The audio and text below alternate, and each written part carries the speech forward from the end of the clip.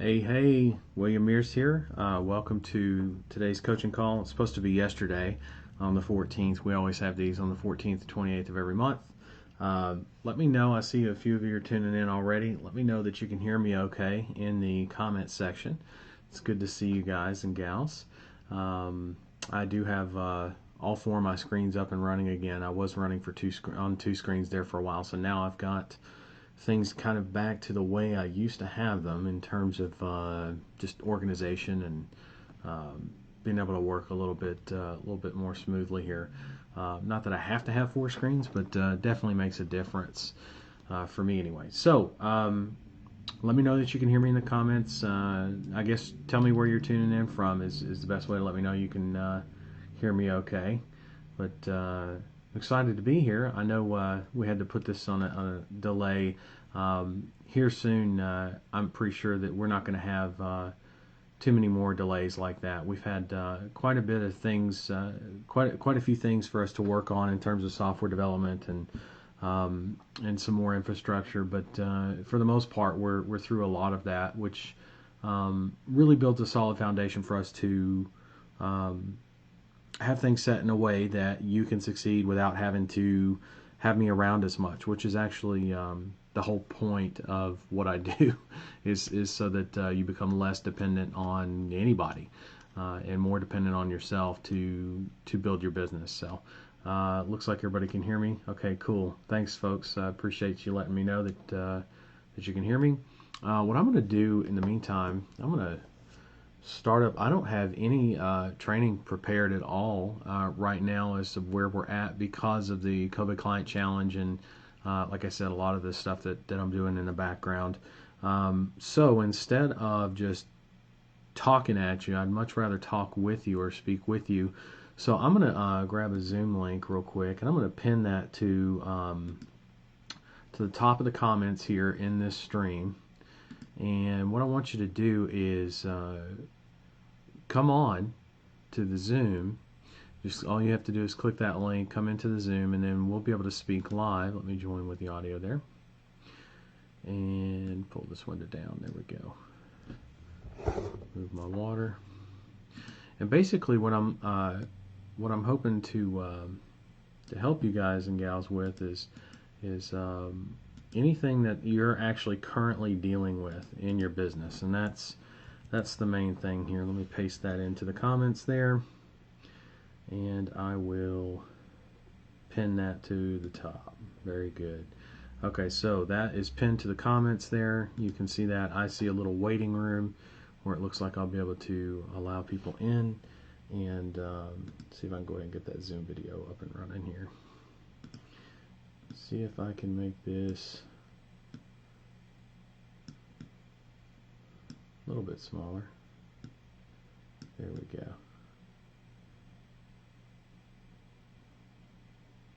That's a little better.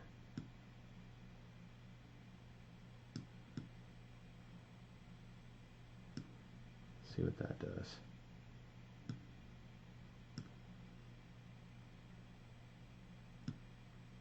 Anyway, sorry, I'm messing around on the deal here. Oh, we got a couple people. Okay, cool. Let me throw the headset on. Make sure I can hear everybody and they can hear me.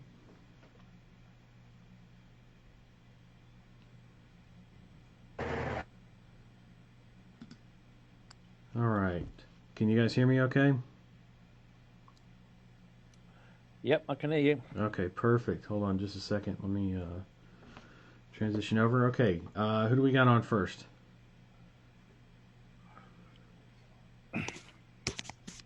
Hello?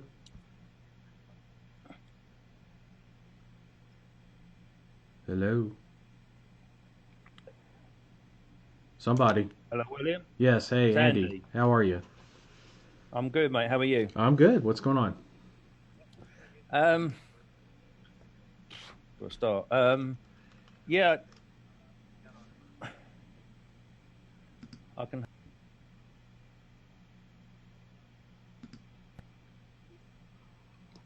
Andy, go ahead. What's Okay, up? William. Yeah, it's for a start, it's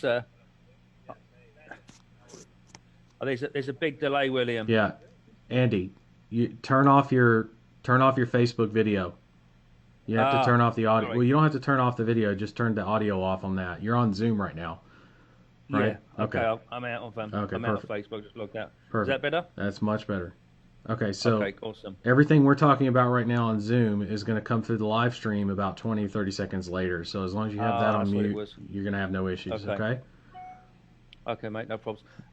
Yeah, I was just sort of stalled a little bit. Obviously, we got a lot of momentum going during the COVID challenge, Yep. and Tell me where you're at, what you need help with. Let's start there. so I decided to. I don't know if I should say my vertical on here or not. Not to do the appliance one because I think everybody else was doing it. I was going to do Yeah. similar. It's funny because, the last time I taught on a vertical was pest control, and then everybody decided to do pest control. And you'd be surprised, Yeah. though, there's still a ton of people that are in pest control that do well. So don't let that ever be for anybody else listening to this as well, a defining factor to your decision. Okay. Because most people don't do what they need to do with it. That's just a fact. Yeah. What I like after going through the whole process with you, I think probably most people agree in being part of the old call to and trying to sort of. I only want to do agency. I've got no interest in affiliate. Okay. Also because of the cash flow and the margins, and Right. So it comes to a few things really. I know I've got to do a lot more market research. And me and Gian have been speaking a lot, and we commit to do like 5 hours each next week, and like to really like hammer the phones. Okay. And I've got a list in my vertical. I've scraped it myself of 4,000 businesses in the US. I still haven't come to I think it was a bit premature. I did only an hour or so of actual prospecting market research, and it's just really had a sort of moving forward. What if I go out and I was thinking of charging like $35 to $50 a call.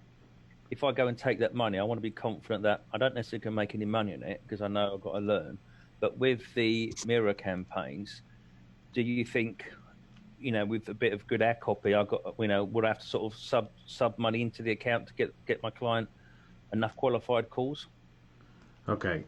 You're speaking very generally and very vague. What I can do is give you a few scenarios because it's going to vary based on how you actually decide to go about this. Okay. If you're only going after one client or you only pick up one client and then that's all you ever do, you're going to have a hard road. Right. Meaning you're going to need to spend more of your money up front, take an initial loss, right?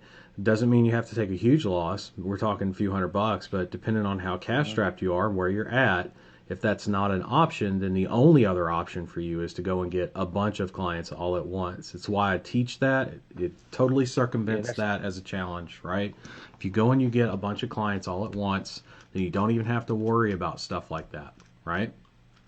Okay, that's what I want to do. I don't want one. I want as many clients as I can get. I've just gone back to work this last week, 10 days. So I'm starting to earn money again. Okay. I'm self-employed and I'm in sales. Okay. And I was just a bit concerned about like taking the money and losing a boatload of it, and then somebody wanting the money back or something because they didn't deliver.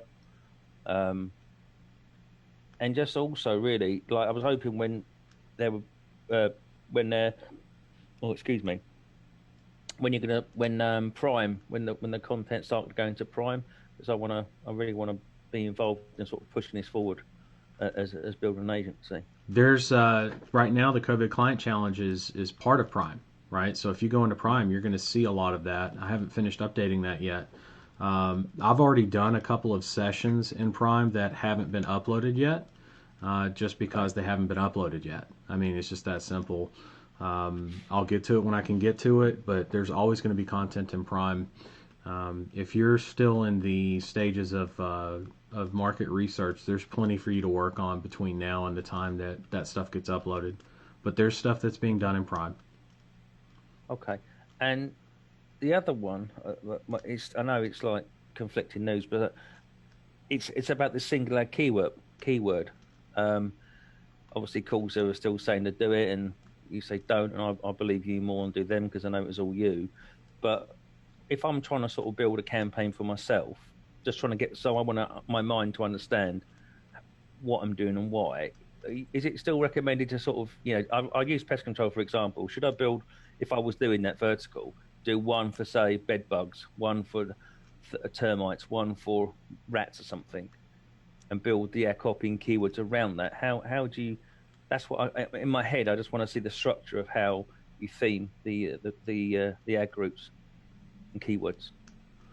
The way the ad groups are segmented, right? We don't teach single keyword ad groups anymore, not because they're not effective, but because they're going to become less effective as time goes on. Okay, that's why we're not teaching that anymore. It's very clear that Google's putting less weight on that going forward, and it's a matter of time before it's significantly less weight.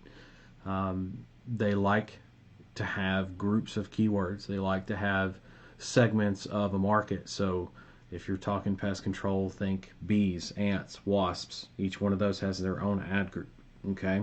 Yeah. With its own set of keywords, all ant related, all bee related, right? All cockroach related inside of that ad group, okay? And then of course ad copy that's targeted to those different types of pests as well in that example. Okay. Actually, you know what? I will say what vertical I mean, because it's one of yours anyway, so it's not a real big deal. I've gone in to do tow trucks, and the reason is I figured there's like 165,000 searches on it a month in the US. There's 135,000 for tow truck near me, and the cost per click is still cheap. And one of my things was starting out was to keep something a low cost per click. Any sort of particular pointers in that, and also about bidding on. Like I think you call it we call it AA in the UK. You have AAA, right? Emergency auto cover, whatever it is. Right. So if you're going direct to clients, would you be bidding on like the big breakdown companies on the US on their names, or do you have to remove them? No, you're not going to run those. You're going to remove those. Anybody that calls AAA is calling AAA because they have a membership, or because they want membership. So that's not going to pay you. Okay. Any sort of really other pointers on building an agency or on that vertical maybe? When you say pointers, I mean this is what. Okay, let's back up a minute, Andy, because the way you got to treat these calls is I'm not going to do the work for you. Okay, I'll give you pointers on anything, but you've got to get specific. You have to know what you are working on, what you need help with, and then I will help you with that.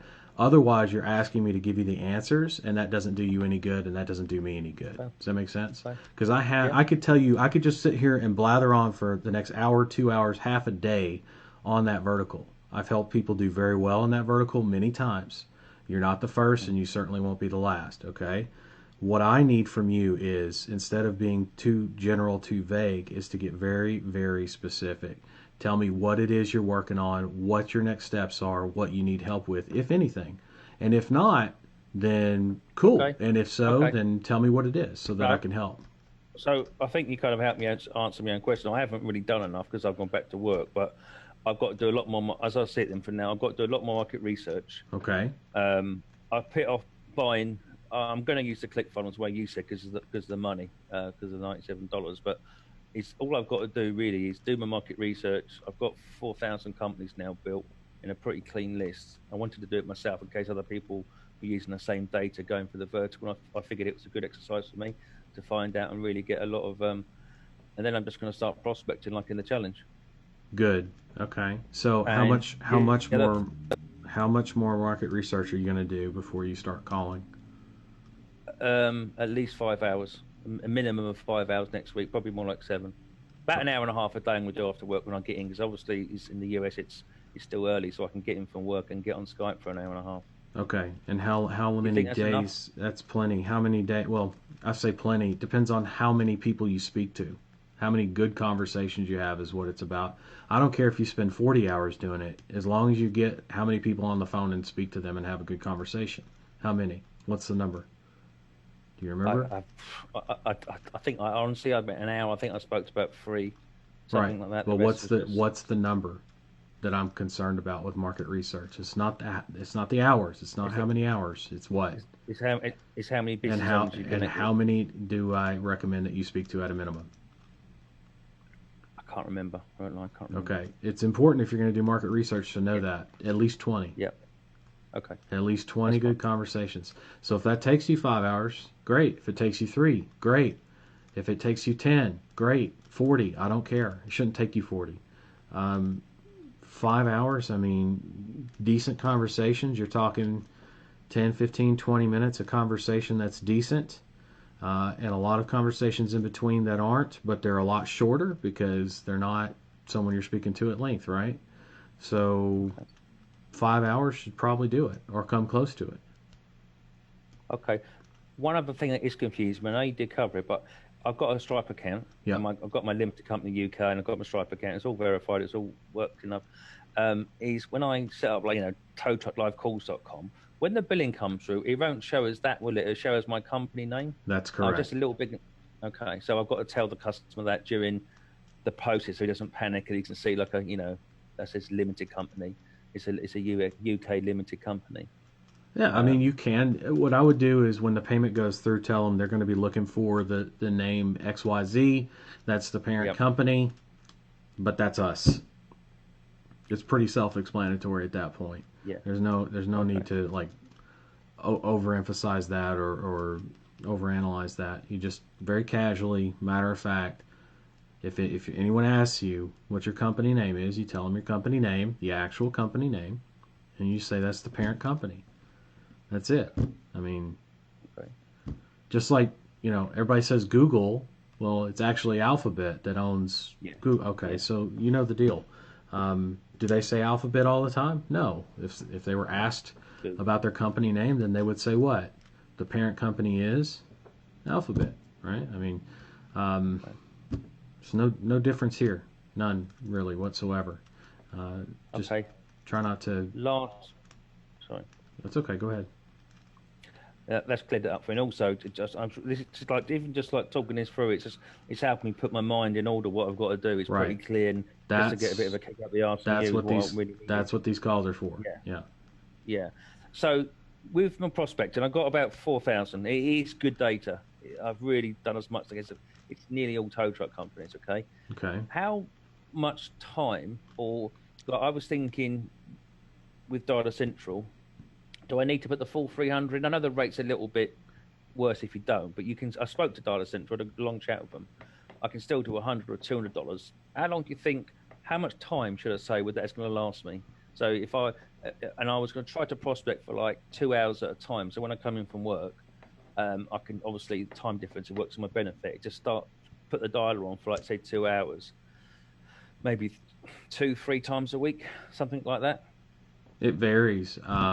Just depends on the conversations. It's not just about how many drops you make. It's also about how long you're on the phone on a transfer, right? So if you're doing transfers, that counts on your minutes, but it's going to vary. I would say, my spend, which is one of the sessions that I did as a follow-up, I calculated the expenses and everything. So those 3 days in the COVID Client Challenge, what was that, day 5, day 6, day 7, all those phone calls cost me just over $100. I think it was like $101. Wow. Keep in mind, though, I was dialing for 12 hours. I mean, it was 4 hours a day, and the first 4 hours was total wash because it was to the wrong list, right? It was the wrong setup. The second 2 days, day 2, day 3, I spent... I did cover that in the training, the update that I did. Was it $40? It was less than 50. It was maybe $40 or so that I had spent between those last 2 days. Meaning, if you forget about the first day, and I say forget about because even though I did spend that, it was spent the wrong way, right, to the wrong list. The last 2 days were spent to the right list, meaning I was on the phone more. Keep in mind, I had a lot of phone calls drop that I would have been able to pick up, and that makes a big difference in how long you're on the phone. Because if you're on the phone longer, then obviously it's not dialing still, right? That's the way the system is set. So I would have spent even less and had more conversations for $40 over 2 days. I mean, you should be looking at, if you're doing 2 to 4 hours, you should be looking at $30 a day. Something like, for the day that you're doing that, not every day. So if you do that 5 days a week, then yeah, you're going to blow through $150, But the idea is to focus on the quality of conversation, not how much you're spending. I mean, I got a ton of follow-ups to do from those phone calls as well. Several that were very, very good leads. And I would say customer acquisition varies on the vertical, but using ringless voicemail and voice broadcasting. But from what I've seen, it can vary from anything from a few dollars a piece in terms of like what you spend on ringless voicemail to 10, $15 at the most. Which means $300 even at the worst. You should be able to do 20 clients, and 20 clients in towing. Wow. You see what I'm saying? Like you're making bank. Yeah, you're thinking about the wrong things in that case. Yeah. And this is me explaining that to you so that you don't ever have to worry about that. Look at what you're acquiring the client for, and then how much that client is actually worth. Right? Do you know how much your clients are worth yet, based on your market research? Well, I thought of charging $49 a call because it was under 50, but then I think that might be too high. Now I'm thinking I've got to do more market research, and the call should be somewhere between $35 and $50. So, I mean, if they're taking 10 calls at $35, it's $350. If they're taking 20 at $700, they're taking 40. It's $1,400 a month, isn't it? Now, are you talking about phone calls, or are you talking about book jobs? Phone calls. Okay, that's a bit high, like way fucking high. Okay. Way too high. Okay. I don't know where you got those numbers from, but I can tell you this: it wasn't from your market research, and if it was, you're gonna have to really dig deeper than you were. Okay, that's fair enough. Yeah, it's that's fair enough. It's all about learning, isn't it? I got you. I got you. I just tell me where you got those numbers from, though, because I need to know that. I was just trying to get an average order value and sort of trying to divvy it up, but an average order value. I was like for what a job could be worth, and I was trying to max it out. So I was thinking I'd more room to turn profit on it, because I didn't know how many clicks I have to generate to get a call, and now you get charged per click and the call through rate, etc. I mean, it was an amateur, but that's it really. I was just trying to work out if they're getting like $350, $500. Oh no! No! And where did you hear that from? Well, I didn't. I just I'm looking on. So then, so I'm asking you where you're getting your data from for your market research. You're not giving me a straight answer. Where did you get your data from? On Google. Just looking at average, what the cost for a call is and stuff like that, and recovery. Recovery is not your business. Recovery is not the towing business. Recovery is recovery. You know what recovery is, right? Where they come and take the car and put it on a truck and which is also known as a what? What do we call it here? Tow truck in America, you call it, isn't it? No. What do we call recovery repossession? You ever heard of a repo? Right. Yeah, okay, right. Okay, yeah. Repossession. You're not in the repossession business. You're in the tow truck business. Who calls a tow truck? The customer who's stranded somewhere. Right. That's who you're looking for, right? Now, how much are those calls? Because towing and recovery is a totally different ballgame. You understand? You're not going after those people. And yeah, those are a few $100s up. That's what they're making. But you're not. I mean, you can't deliver phone calls of cars that have been that are in recovery, right, or recovery status. That's not what you do, right? Language, just a slight difference of how. Yeah. Right. I get it now. Right. Okay. So you need to go back and do much more targeted research based on the fact that it's not recovery that you're going after, right? And I have a feeling that based on how you're doing your research, I would really go back and take a look at how I did mine, so that you can get an idea for how I came up with what I came up with. Because somehow you came up with recovery as being, the business, and that's not the business.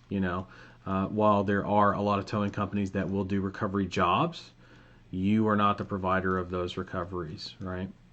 That comes from the bank, or that comes from pretty much the banks and loan companies. That's where those come from. So that's not your business. That said, you need to know what people hire a tow truck for, You're also going to find, outside of recovery, you're going to find impounding or impound lots. It's not your business either, right? Those are city contracts, county contracts. That's not got jack shit to do with what you do, okay? You deliver phone calls for people that need help via tow, right? That said, if you were to book the tow and send it on, you could charge something like $30, $40, no problem. With a phone call, it's going to be much less. It's going to be much less. So I don't want to give it away without you doing your research. Okay. Go do your research and go study how I do my research in the COVID Client Challenge, because I think it's going to make a bigger difference in how well you do your research, and that's kind of important if you hadn't noticed. I mean, keeps you from selling the wrong thing, right? Because the last thing you want to be doing is getting on the phone talking about recovery if you don't offer recovery, and they know you don't, right? Yeah, that makes sense. Okay, very good. Anything else that I can help you with? Oh, mate, that's pretty much all my questions answered for the minute, so okay. Thank you. Okay, so just to recap, so I understand where you're at and where to check in with you next time, right, is going to be you're doing your market research. You've got a few hours you want to do. You said you had a few conversations. You've obviously got to go back and study up on how to do that maybe a little bit better. To look away from recovery and away from impounding.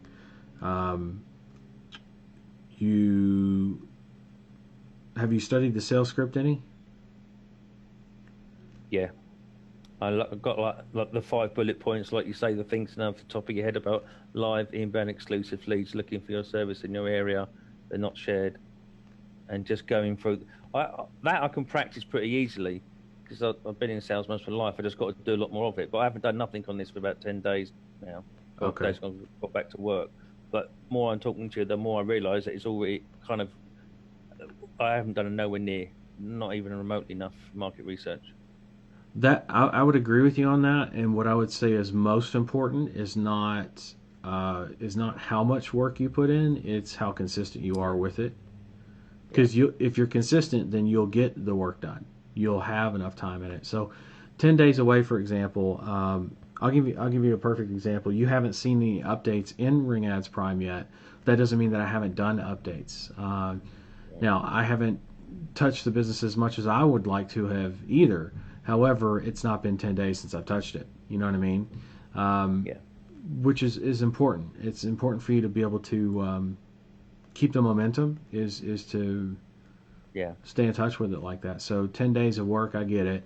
May been an adjustment period for you or something, or whatever it is you're dealing with. Just be aware when you do that, it's going to cost you long term, right? That's there's nothing else really to say about that. Just get consistent with what you're doing, and it's going to make a bigger difference for sure. More than one thing I say, how much time you spend. Go ahead. So once I've done my market research, not amount of hours, quality, the only thing I've got to do is do the ClickFunnels site.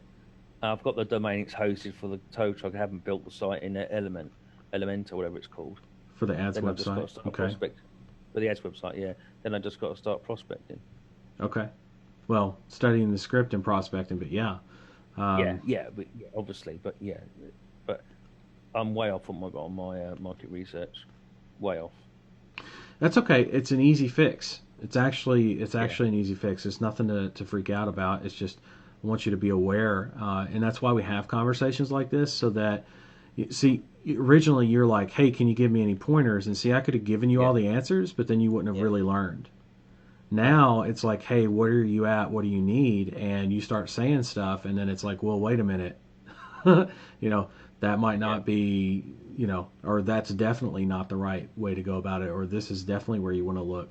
That gives you much more pointed direction than me just rattling off everything I know about the vertical. I mean, it's not that I can't do it. I very much can. But at what cost to you, if that makes sense? Yeah. That's the biggest thing that because I really want to just tell everybody everything I know, but and you won't make any money. Well, the thing is like it's for me. If I do that, I already have. I'll tell you right now. I've already.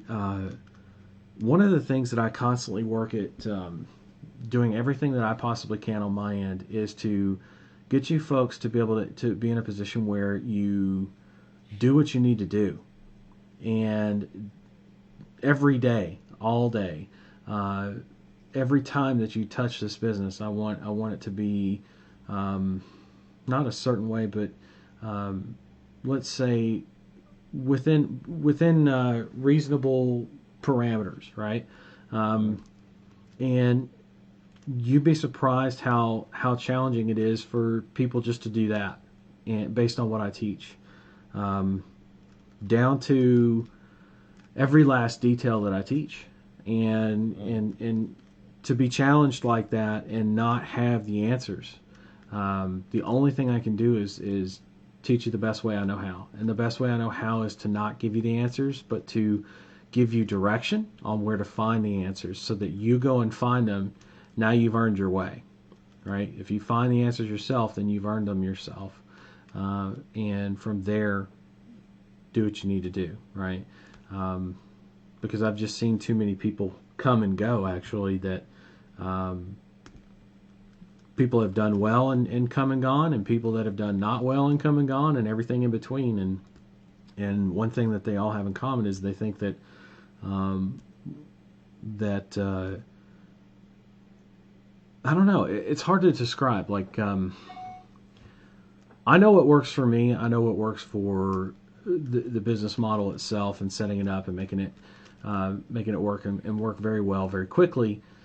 What I don't know how to do is to convince people that they should forget everything they think they know and just stick with what I got until later.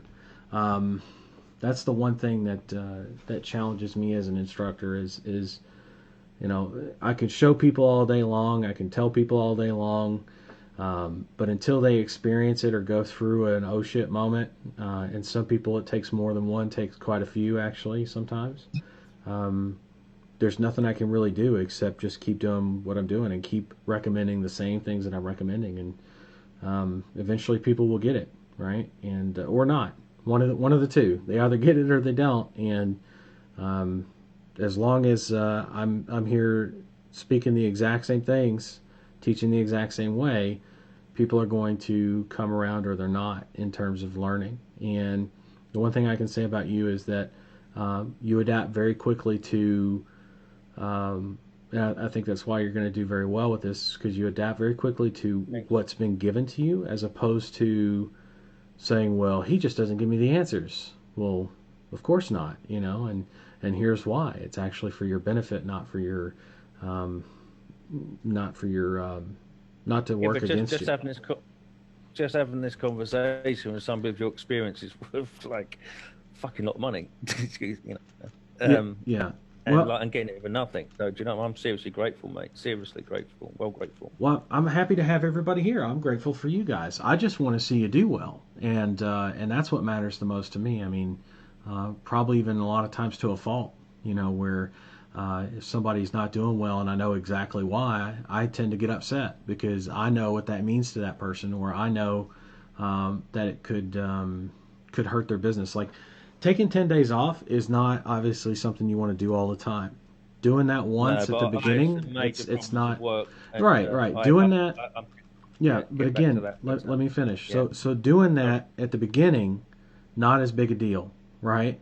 But I'll tell you something. When you get started and you start pulling in clients and you're actually going into client mode and getting those clients in all at once, you cannot afford a 10-day down streak. And when I say down, I mean 10 days completely away from the business. I'm not saying you got to spend every single waking minute that you have spared in this business. What I'm saying is, don't spend 10 days away. Look at it that way. Don't treat your business that way, and it'll treat you a lot better than anything else treats you if you treat it well, right? So that's the biggest thing that I can really share with you on the business right now, though, since you're still kind of in startup mode. It'll taking time off like that still counteracts your momentum. Yeah, it did. But it doesn't affect the dollar side as much. It just affects how quickly you're going to be able to continue to get started. So if you spend the next few days working things out, getting more consistent again, and then go into client acquisition mode, I don't see any reasons why you won't do well. Just keep in mind you can't afford a 10-day break again. No, I wrote. I mean, I've really had to hustle to get back. I'm in commission only sales, and they sacked our branch managers, all sort of problems. I don't even tell you, but you know, I'm back doing that. But like, I can probably allocate two 4-hour sessions for doing prospecting. There you go. Moving forward, I can. I finish. I run my own diary, so I can be back home here at 3 o'clock and stay on the phone till 3 till 8 at night, whatever if need. Perfect. And just blast shit out the dialer.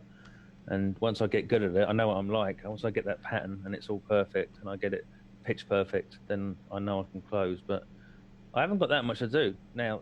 Having talking to you, is build the 2 sites, do my market. I know what I think. I can't remember. I came to that number. I read something. I think it's a difference of how I look at tow trucks than how you guys look at it in the UK.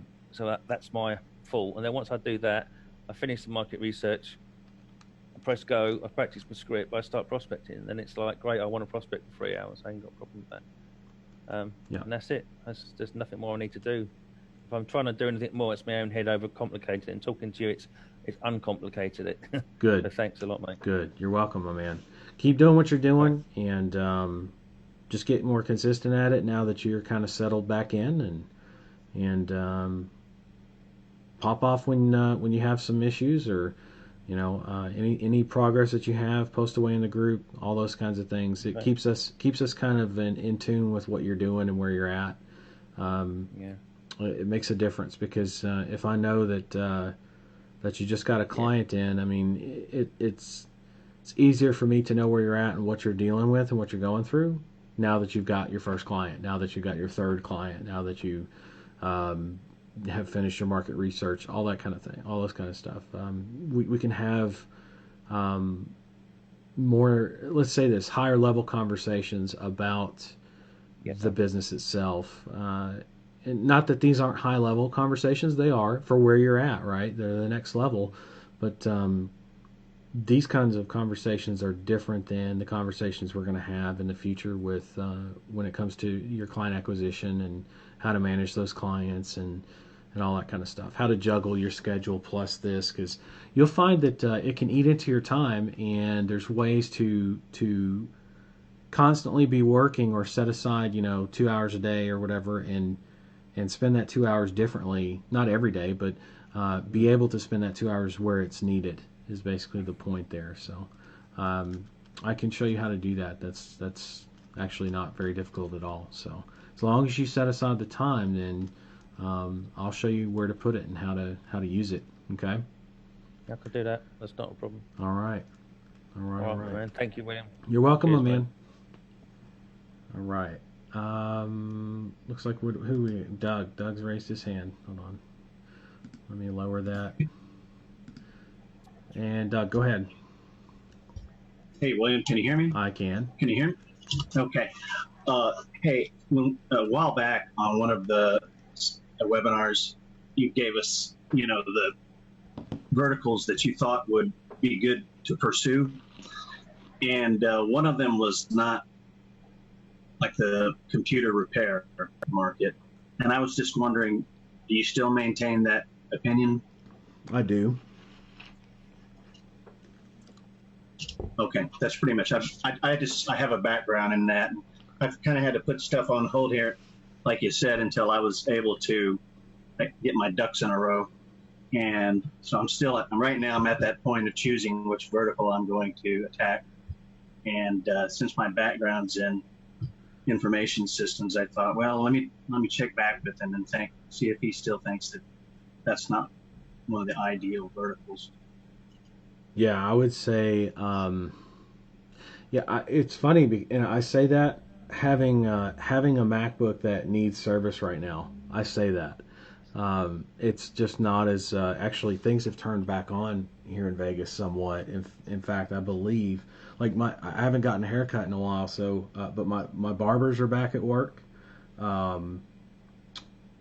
I'm pretty sure the Apple stores are open, or they're about to be open, and I still haven't gone to get it fixed. And you would think that would be a high priority for me. And while I use the computer every day, I have a backup that I'm using.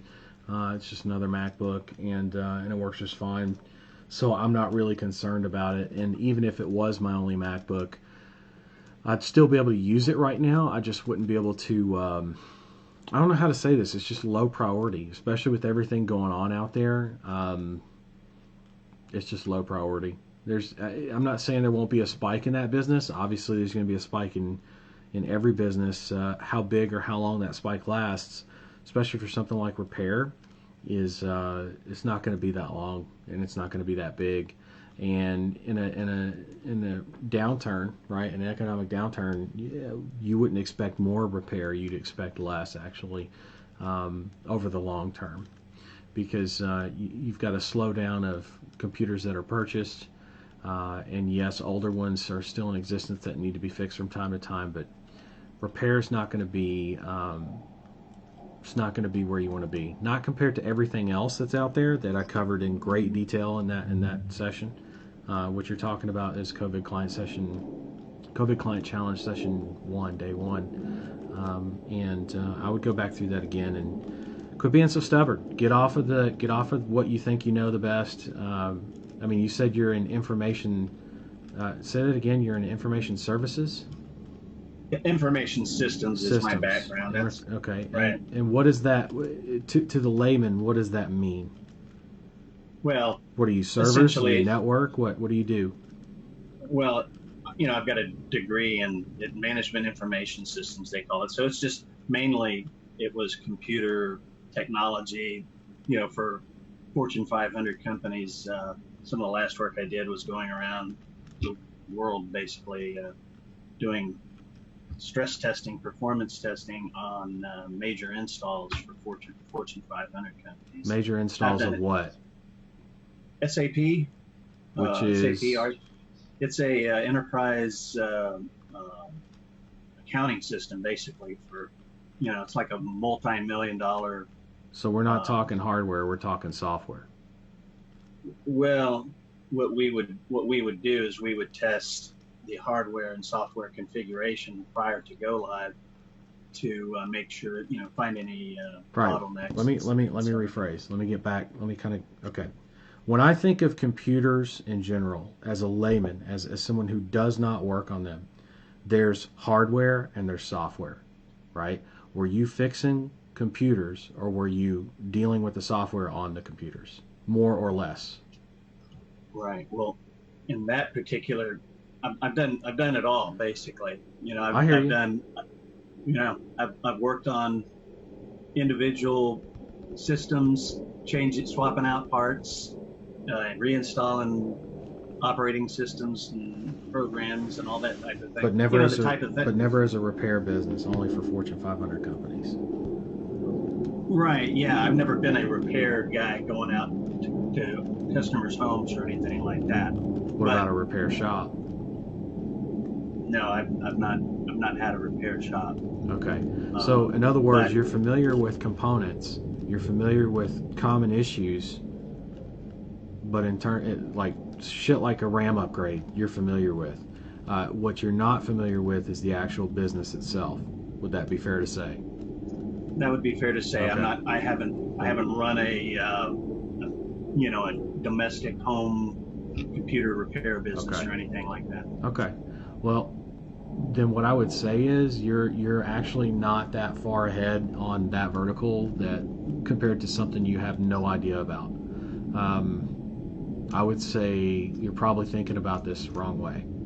And not that there's a right or a wrong way. I would just say I think there's probably a better way you could think about this. People want to go with what's safe, right? What's safe? What gives me the most security? What helps me sleep the best at night? When in fact this is the time to, it's counterintuitive, but this is the time to not think that way. It's the exact opposite. I'm not saying you should just go for something you have no friggin' clue about, but I'm also confident that if you go back and watch what I do in the COVID Client Challenge over several days, you'll see me go through and get very, very detailed information on a vertical that I pretended to know nothing about and only built on the information that I found or discovered to continue the conversations.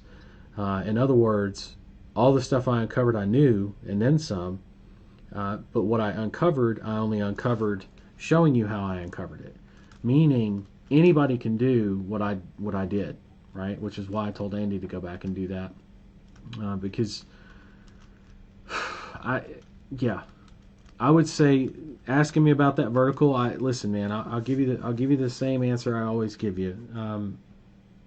It's not that the vertical is bad. It's not that you can't drive phone calls for it. It's just in terms of what you're probably looking to get out of it. It's not where I would start. Okay, no, that's fine. I definitely trust your judgment. I just wanted to run that past you again, just to see if your feelings had changed since a month ago or whatever it was when we had that webinar. Nope, not at all. Not, in fact, if anything, they've only grown more that way. Not the other way. It's the that's opposite. fine. Well, that solves that question for me. So now I know how to proceed. That's good because I mean, it wasn't a month ago, right? But coming up on a month, and if you haven't gotten any further on selecting a vertical, this is something that you should not be spending that much time on, right? You should be where Andy's at or further, if you have been studying those sessions. So, and I'm not trying to beat you up. I just want you to understand, for perspective, what you're spending time on is not the most valuable thing to spend time on. Right. No, pick something based on the conversation and go. You know what I mean? Okay. Yeah. No, I had some outside stuff. Like I said, I've been kind of waiting. I want to get my ducks in a row because, as you alluded to earlier, it's not, once you get going on this, it's not something you want to have to pause once you're in it, you know. And well, so pausing is fine. Pausing is fine. 10 days is not. That was all I was saying to Andy, and that was for Andy specifically. You're right though. Once you get going, you don't want to step away from it for that long. But as long as you understand that, then shouldn't have any problems, right? I mean, this time next week you should be wrapping up your market research and ready to step on the phone, right? I mean, if you're able to put in 1 to 2 hours a day, you should be at that point. At the absolute worst case, be at that point by the next coaching call we do, right? That's definitely my intention. So okay, cool. That way we can have conversations about what you found in your vertical, and I can point you in the right direction based on the information that you found, help you fine tune it, give you some other places to look, things to think about, help you fine tune your questions inside of your sales script based on your vertical, the qualifying questions, and from there it's all about closing the clients, right, and setting up the campaigns, and then we can jump on a call, all of us, like Andy, you, Doug, other people. We can jump on the call and do what I do for the mentorship every week, which is, hey, we actually had a great call on Monday, by the way. It was because I do those calls every Monday for the mentorship, and this last call that I did, I believe, was over 3 hours. And I won't say they're all over 3 hours or something, but you folks should know, like, if you've seen any of my like over the shoulder stuff, COVID Client Challenge, anything like that, you know that I can break away and answer questions and stuff like that. But I'd say the overwhelming majority of this time was spent on analyzing campaigns and showing, like, going through my entire process of how I diagnosed a campaign every time. And we've repeated that process a couple times now. We're going to keep doing that until it sinks in for everyone in the mentorship. Not that they don't understand, but it's different doing it than it is seeing it done. And then seeing it done with your account is different than seeing it done over my shoulder. Not that over my shoulder is bad. You guys are going to get that. You're going to see me do all that kind of stuff. But man, it sure is helpful to be able to do that for you and your campaigns, and especially on a campaign that you can duplicate and carry over to all your other clients. So it's every step of the way, folks. Is kind of my point. And this is for everybody listening. It's not a Doug thing. It's not an Andy thing. It's an everybody thing. Every step that you've heard us cover and where the focus should be is for everyone, not just for these guys, right? It's the same thing I'm telling Doug. It's the same thing I would tell everybody else. Same thing I told Andy is the same thing I would tell everybody else if they're where Andy's at currently and what they're currently dealing with. You're never going to hear conflicting information when it comes to stuff like that. Not for me anyway. I mean, there are times where people have different scenarios. I will say that are time sensitive or financial crunch, and so the training I've given you is designed to get you up and going as quickly as possible with as limited funds as possible to show you that you can bootstrap this and make this thing work. So anyway, just understand, like it's not just a you thing, Doug. I'm not just saying that to you. Same thing to Andy. It's not. Anybody that asks me that question is going to get the same answer. Is basically best way I can think to say that. No, I definitely appreciate the input. Yeah, and I even if you had owned a repair shop or currently own a repair shop, that I'd be a little bit more inclined to tell you, okay, go for it, because you know the business and you run the business, and you can also use this to help your business outside of just getting clients in that same vertical. But even that, I mean, it's such a strong no-no right now compared to everything else that's out there that's making good money. That even if you were in the business yourself, like, and when I say in the business, I mean in the business, not just having done the business, right? It's cool that you have that experience to draw on. That's helpful. But you could pull that from any vertical with enough market research, right? So I'm not concerned about that as much. That's why I say, man, anybody that actually currently owns a computer repair business, I'd probably tell them, not a good time to be you right now. and mean it, and not make them feel bad about it, but help them understand that it's okay. That's why we have so many other verticals that are doing well. And then I would challenge them to go listen to day one of the COVID Client Challenge, because that's, I mean, that information, if anything, over the next 6 to 8 months, maybe even to the next year and a half or so, is going to be pretty much on point. Not that there's not going to be other stuff that pops up, but for what we covered, I mean, we spent, I don't know, an hour and a half on that alone. And there was a very specific reason I did that, to show everybody my thought processes as to what picking a vertical is going to be like and why I chose that vertical. So you're more than welcome, Doug. I appreciate you confirming and everything. I don't have a problem with that. My biggest concern for you and for Andy, it seems, is going to be just making sure your focus is where it needs to be on the next steps, and let's see some progress. That way, the next time we have a call, and then the next time we have a call, and so on and so forth, we're working on different things and further down your business, right? Further down the line for your business. Okay. Roger that. I just want one more question.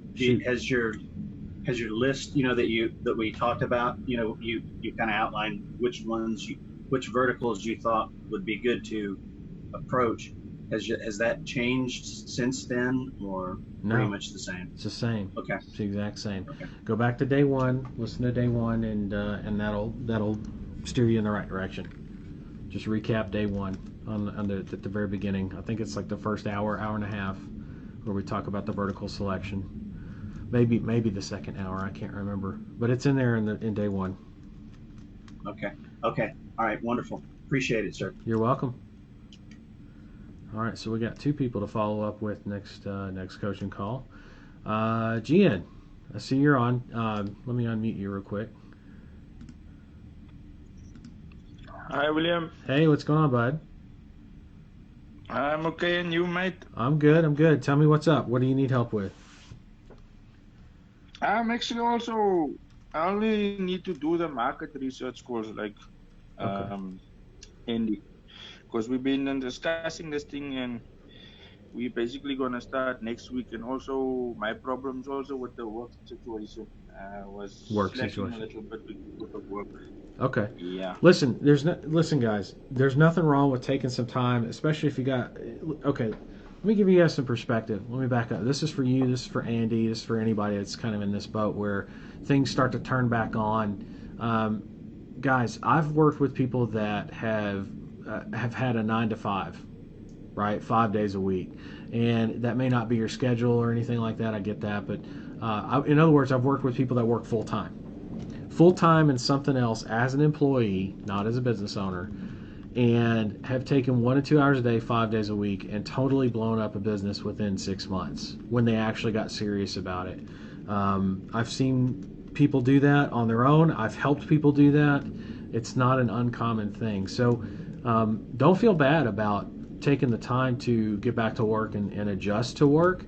Just make sure that you don't have as long of a break in between the time that you work on your business and keep working on your business, right? Yeah. And last time we spoke on the COVID client challenge about the market research course. I think I'm still a little bit confused there, William. Okay, what's the I'm question? still a little. It's like in the you said we did our market the research, the data, and all that, but we can't rely on that data. We need to get the information out of them. So as you said, that's the part where I'm a little bit like, in what type of questions you ask them to extract Okay, that let's the let's information. let's They back can up. build up with. Yeah, let's back up. So first off, the Yeah. questions I start with are the questions that I've provided you with. You already have access to some of those questions if you have access to the market research script. Do you have the market research Yeah. script? Yeah. Okay, do you see the questions on there? It's not open in front of me now, William. I need to open it. Yeah, that would be a good idea. Go ahead and open it. I'll wait.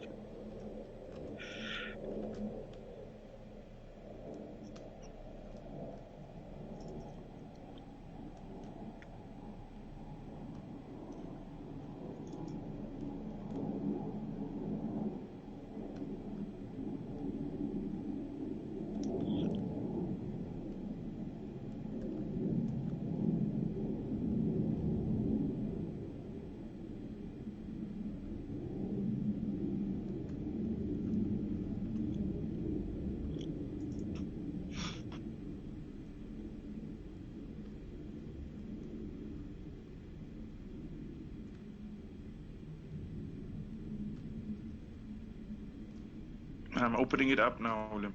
Okay. Just that the bloody PC is very slow.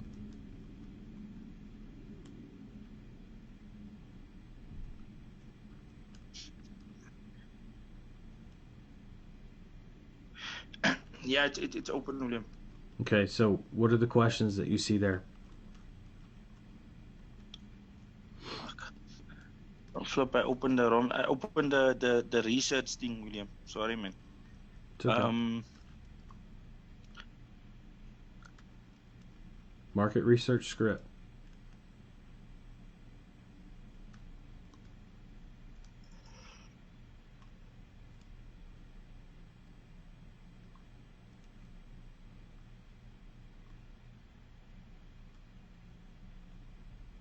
William, let me just find it, and you can carry on with someone else so long. Let me just find it and open it. Then I'll get back to you. Okay. Okay. Got a comment here. Elaine's asking if the prospect calls back. So we're in prospecting mode here. And you're currently on the phone. They get a generic message from the 800 link. Do you recommend changing this message as well to a recorded one from us? It's a good question. I would say no. To me, that's like I care more about. I'm not trying to pitch somebody on a voice message. I care more about getting them on the phone live. So if somebody calls me back, that does happen, and they get a message and they leave one, great. If they don't, then that's okay because I call them back anyway. And what that does is it actually allows me to listen to the voicemails and determine based on the type of voicemail they left if they were serious, if they heard the message and are interested. Like I'll get some of those that I can follow up with first, for example, and then the rest I can follow up with just to follow up with. But the ones that are hot are the ones that are going to say, yeah, you called me, you said you had phone calls coming in, I'd like to be able to, I'm interested in that, I'd like to talk to you about that. That's a great voicemail. And so I don't want to pitch that person via a message. I'd much rather just have them leave me a voicemail because I want to get them on the phone. That's my ultimate goal. It's a great question. I guess you could go about it that way. It's just something I prefer not to do because I'd much rather somebody tell me no to my face or not necessarily to my face, but over the phone live as opposed to via voicemail, right? I'd even rather people hang up on me live than tell me no in a voicemail, because it's much easier to tell someone no in a voicemail than it is to tell them when you get them live on the phone. Totally different way of things and the way things go. So that's why I like to get people live on the phone, and I don't customize that message at all, actually. You can ask Dale about that. He's brought that up to me a few times as well, and I tell him no. I want to leave it the same, and that's my reasoning, right? And everybody's different. I get that. So I'm not saying you can't do it. I'm just saying what I do and why, and hopefully that makes sense and explains why I do that. It's a good question too. Very very targeted. Shows me where you're at, which is good. Jen, did you get the document loaded yet? Yes, William. The first question here by the market research script is where you ask how the experience go for the person if they did live calls before, and were they mostly junk calls or right? Have they ever purchased calls before? If so, from who or from whom? And what was their experience like, right? Yeah. Okay. Now, and then do I ask the same questions every time to all the different people, or do I ask different questions? You ask the same question. No, I do not. To those people. No, I do not. That's not as important as what? Market research is about what? Finding out the same information or finding out new information? It's about finding out new information. Okay, so why would I ask the same question every time if I'm trying to dig for new information? You follow? Yeah. Okay. So, if we know that now that I'm asking new questions, the questions should become from you, where are the new questions, right?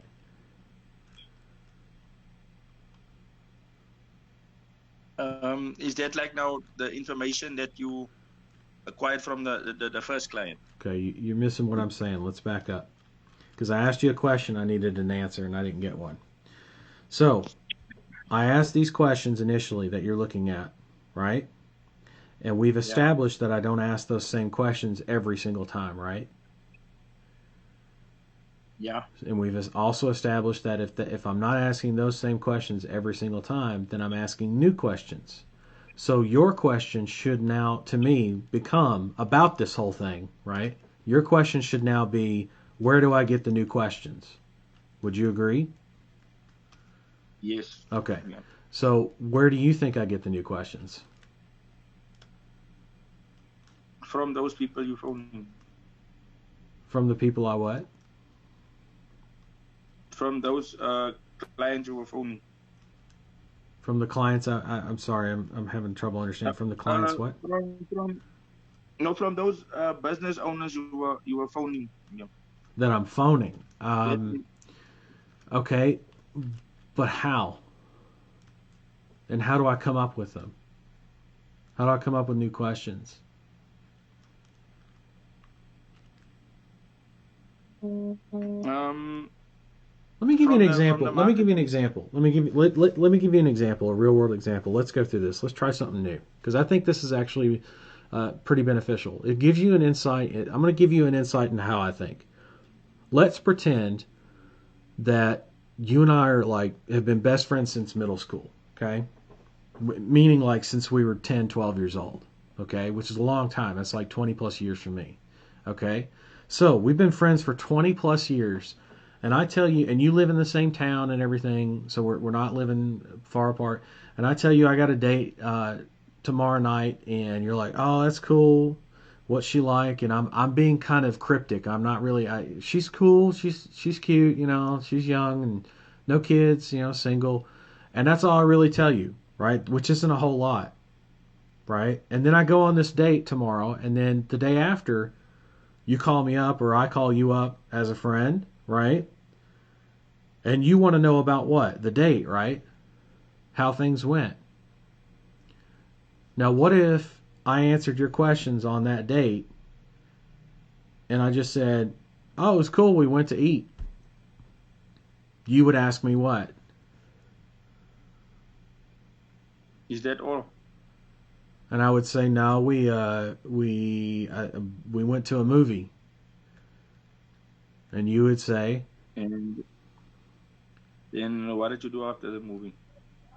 I took her home, dropped her off. It was dinner and a movie. And you would say, you would ask,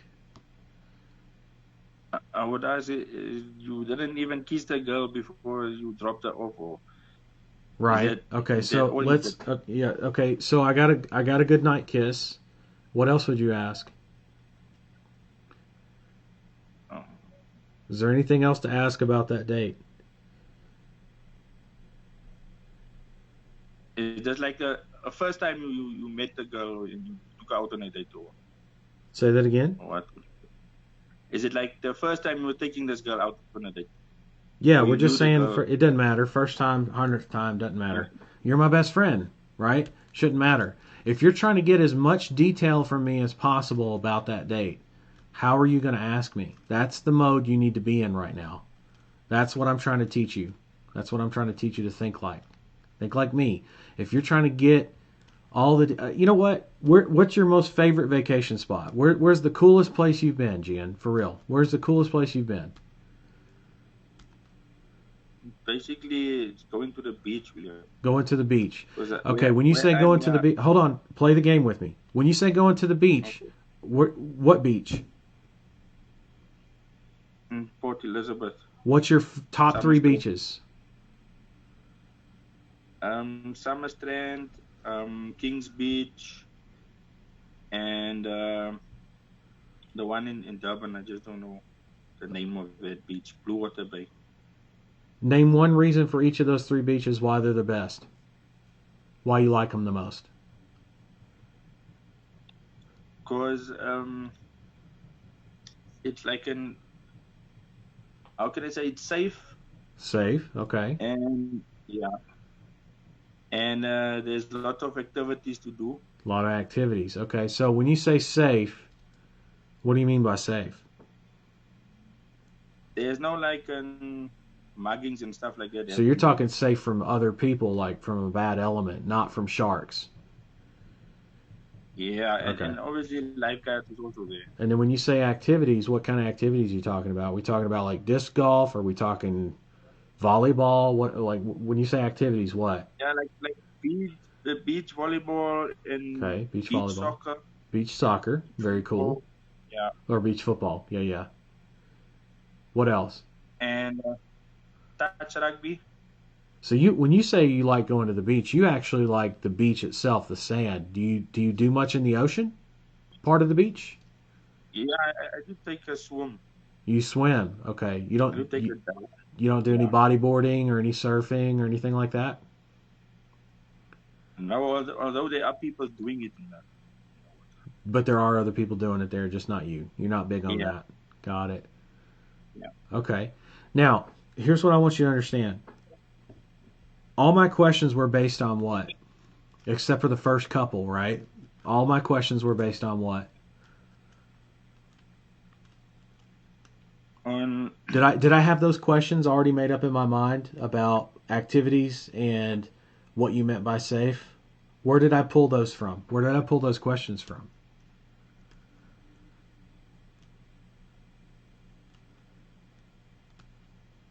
I didn't know I was going to ask you about safety. I didn't know I was going to ask you about what type of beach activities you did.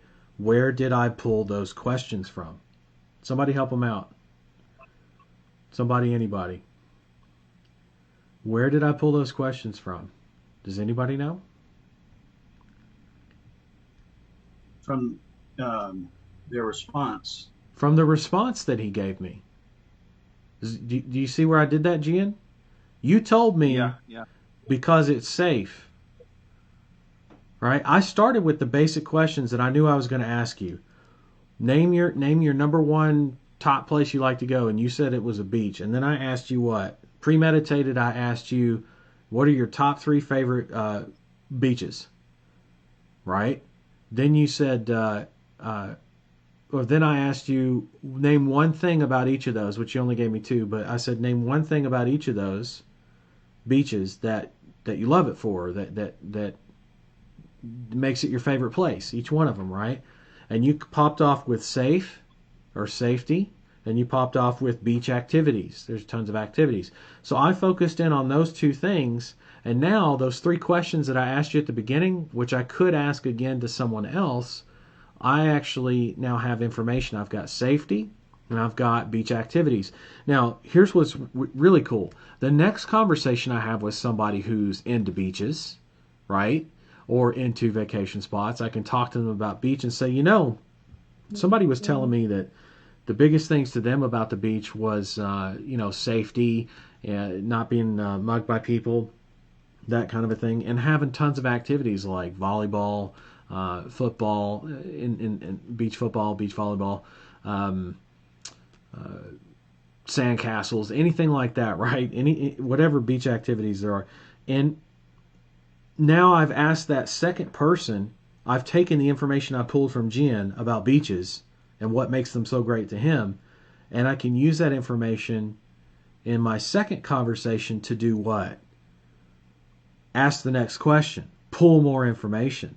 And if they don't agree with what Gian's perspective is as to why they go to the beach, maybe they go to the beach for the ocean. Notice I asked Gian about the ocean.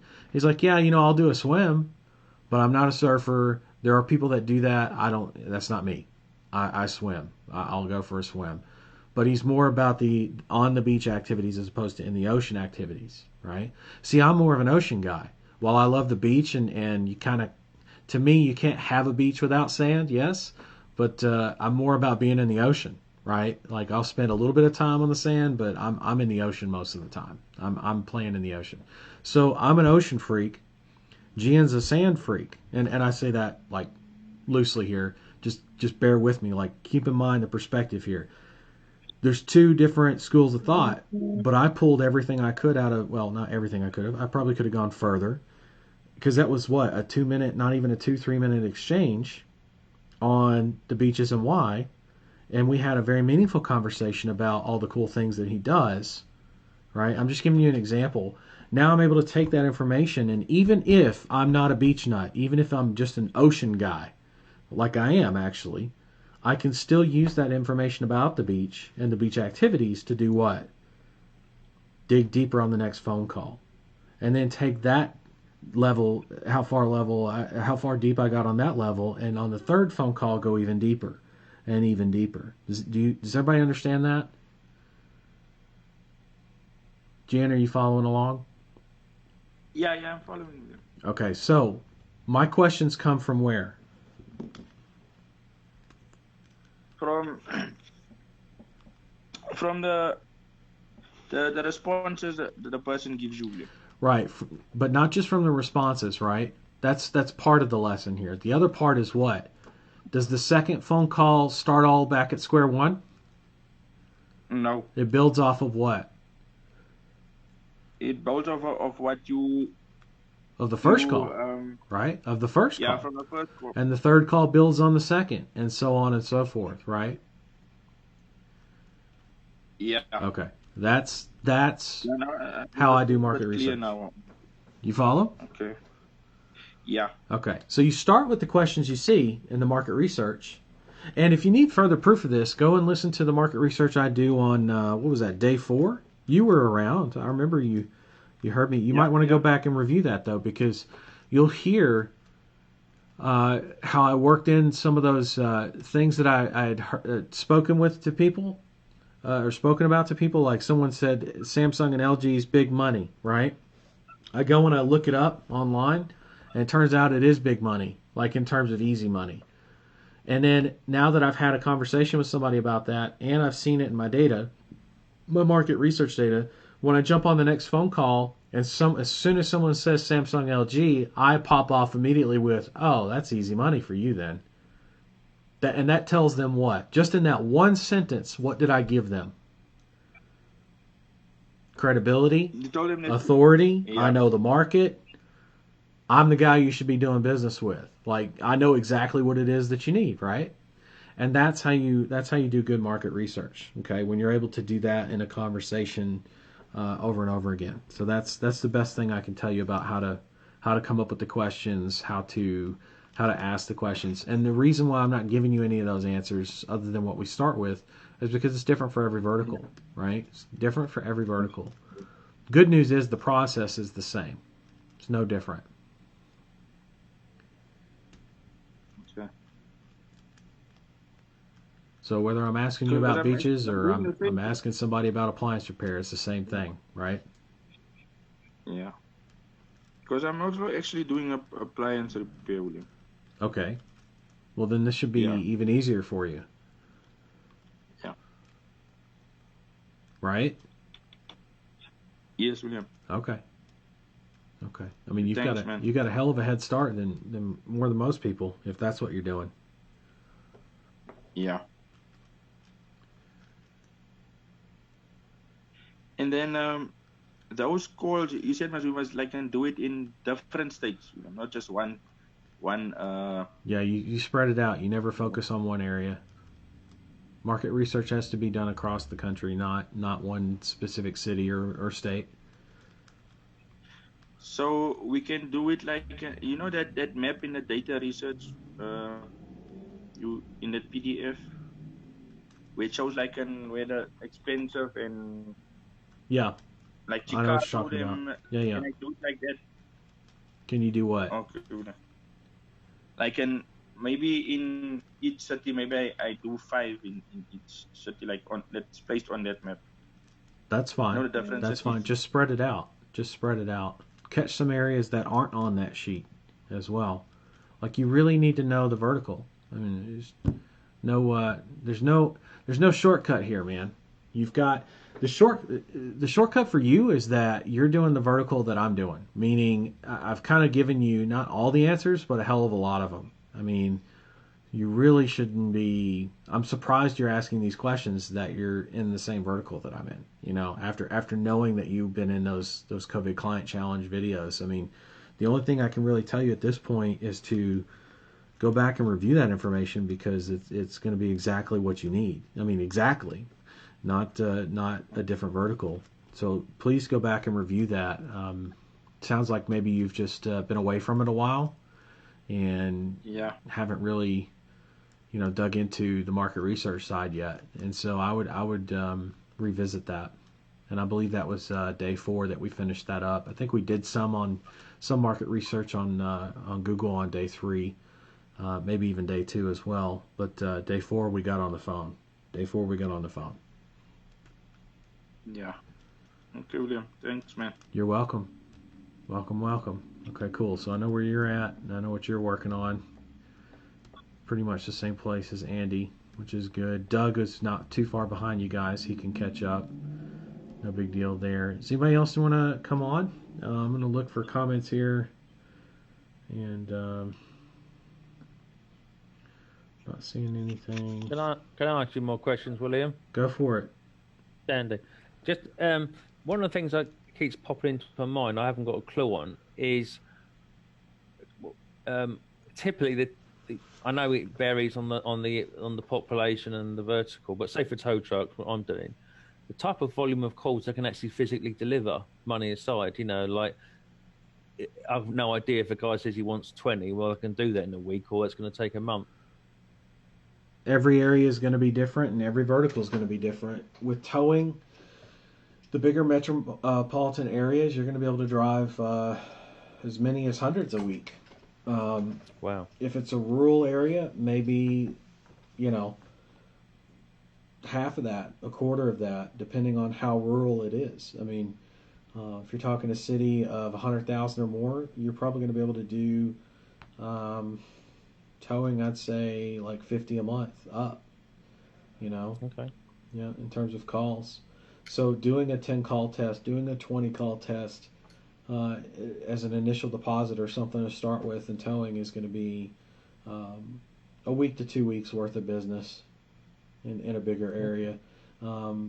Less in a big area or the biggest areas. It's going to be far less. Like 10 calls may only get you a day and a half, and that's not something you want. You want to be able to show them what you can do over the course of a few days, right?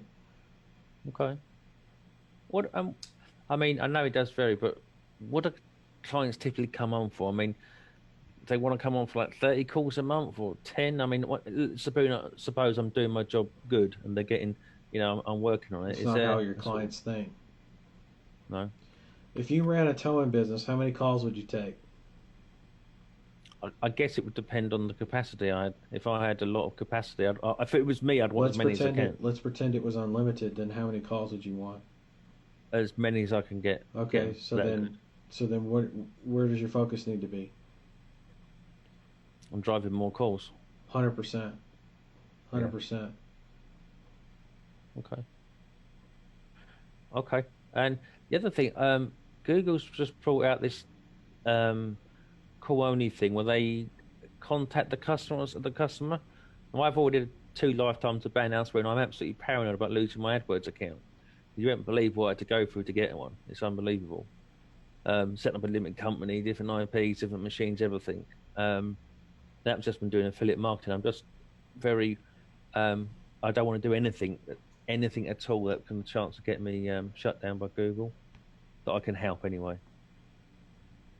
Okay, I didn't hear a question in there. What's the question? Oh yeah, well they got. I saw that Google have got a new verification progress where they contact to make sure the calls are going through to who you say they're going through to. Is that correct? It's not a. It's well, they've always done that. That's not a new thing. It sounds like they're being a little more diligent on that. Someone did post in the group, what was that, a couple weeks ago, about an update in their verification process. But if you look in the fine print of that, it very specifically states, like, if you're an agency and you're running a campaign for a business that's not your business, just make sure your business information is accurate and up to date, and that the company that the calls are going to is listed in the business name. Like, it's very specific. Okay. And worded in very plain English on Google's own support docs. Given how we do things, it's not going to affect you whatsoever. As long as your client is in good standing as a business, then there's not going to be an issue. Okay? Okay. And doing the direct-to-client model, as I understand it, correct me if I'm wrong, I've got a lot less chance of falling foul of Google. Is that about right, as opposed to the affiliate offers? Well, Google doesn't really like affiliate offers at all. They never really have, not for a long time anyway. Driving phone calls to a local client is very specific, very deliberate, and as long as your client is a legitimate local client and not a scammer, then you're fine, right? Which is one of the reasons why we do qualifying. We got to make sure that they're above board and going to be able to take those calls and actually service them, right? Okay. And there's one other question. It's just an industry specific question. I mean, I see what I can't understand is why everybody's teaching Facebook ads, and like there's hardly anybody teaching call only ads. And if I was a business owner, I mean, I had a mortgage business before the credit crunch, and you told me I could get an inbound phone call for a remortgage lead. My God, I'd have moved heaven and hell to get that. Then I had to get leads, as in like a name and number to call back. How come like most people aren't focused on it or focused on it like in any significant proportion as a yeah, it's all Facebook ads, isn't it? Most of that's because most of the ad guys that I know anyway go where I won't say it's the easiest money, but they go with what they know. And for example, most of the guys that run Facebook ads, they run ads for clients, or they run them for offers, affiliate offers, like they've always done, or they run them to their own products and services. They run what they know works for them, and they've shifted gears a little bit into a platform. So what they do is they become very platform dependent. Platforms, I guess dependent's the best way I can say that. And the challenge with that is this, at least for me, is that you can drive phone calls with Facebook, not for every vertical, but for other verticals that don't work as well inside of Google Ads, and vice versa. Call only ads, display ads, YouTube ads, all drive phone calls or can drive phone calls for verticals that are different than what you would find inside of what you could do well with or better with, let's say, inside of Facebook ads.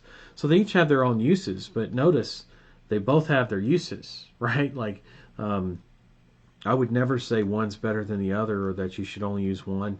The reason you're probably experiencing that, though, is because a lot of people have shifted over to using Facebook ads and use it as just a place to go. There's no other real way to explain that. For you and the vertical you're in, Google Ads is going to be the best by far. Facebook, not so much. Not for the vertical you're in. Yeah. People are not on Facebook when they need a tow. And if they are on Facebook after they need a tow, they've already called for one and they're waiting. And that's why they're on Facebook. So Facebook would be more in alignment with getting them an auto warranty, right? Or getting them on a AAA type service, running an ad for that kind of a thing. That's what someone who's on Facebook would be more interested in, right? As opposed to an actual needing a tow and calling somebody locally. So there are exceptions to that. Obviously, you can drive phone calls for local providers. For example, you can target, a lot of local clubs have Facebook pages these days. You can target them and target them with DUI representation for DUI lawyers. You can do some targeting inside of your audience insights and find the people who are separated or getting divorced to get a divorce, right? There's you can even target income, because the number one, what's the number one cause for divorce? Anybody know? Lack of money. Money problems, let's say. I wouldn't say lack of money always, but money problems. Maybe how to spend the money, where to spend the money, or lack of money. All right, could be any of those things. But money, financial reasons. That's reason number one for divorce, 100%. And when you look at Facebook, you've got the ability to narrow in on people who are married, that are between the certain ages of certain ages. In terms of age range, and also lower income. You can target those people, right? But target it to where it's a low enough income, let's say high enough income that they can afford a lawyer, but low enough income that they're going to be getting a divorce, right? I got some experience with Facebook ads. It wasn't like I was questioning why Google call only ads, Facebook don't do it. I know pretty much that. I just wonder why nobody's teaching it as a whole, and it kind of makes you think. That's kind of seems crazy, like nobody's connecting people with local businesses. I think a lot of it comes down to, well, for Facebook, the biggest thing for connecting people to people or person to person is the chat bots, which isn't really connecting a person to a person. It's the closest you can get right now. Somebody can take that chat over, an actual person can take that chat over, but most people that are worried about that kind of connection focus on chatbots. And I don't know, man. It's a good question why people aren't teaching that. I don't know. I've been teaching this stuff for years, and there's a lot of things I can't figure out about the industry. And why people do things and why people don't do things. All I can do is what I do, and all I can focus on, or all I choose to focus on, is what I choose to focus on. And everybody else can do their own thing all they want. I know this is where a lot of money can be made, and not just for you, but for your clients as well. So, and it's what they want. I mean, at the end of the day, they don't want email leads. They want business, and the best business you can do, short of face-to-face, is phone, over the phone, because that's the equivalent of face-to-face. Okay. I suppose. Sorry, I swore earlier on, mate. I got a bit carried away. Didn't mean to do that. Sorry. That's okay. Good questions. Just understand, that none of them have any bearing whatsoever on what your focus should be on. That's the main thing. Like they're not bad questions. They're questions that don't move the ball forward. Right. Exactly. Yeah. I'm just curious. Yeah.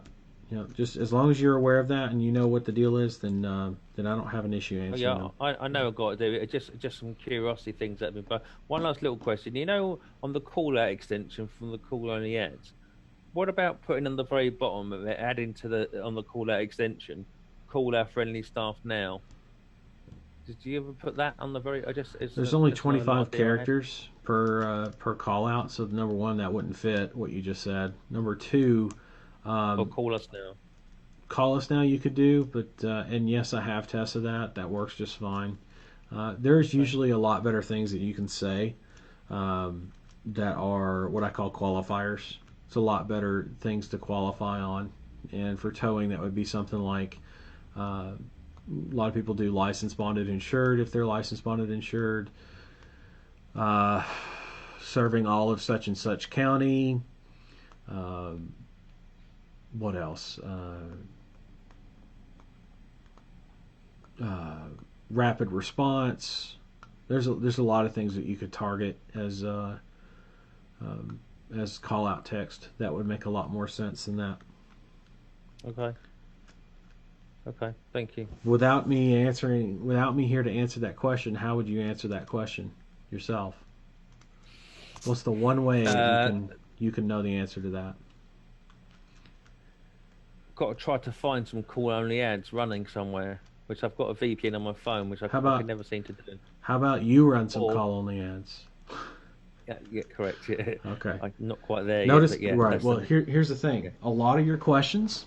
Here's what I want you to understand. A lot of your questions. I'll answer every question you have. What I want you to understand is why you're asking the questions you're asking. Mm-hmm. And I'm asking you, why are you asking the questions you're asking? There's two real main reasons that I can see.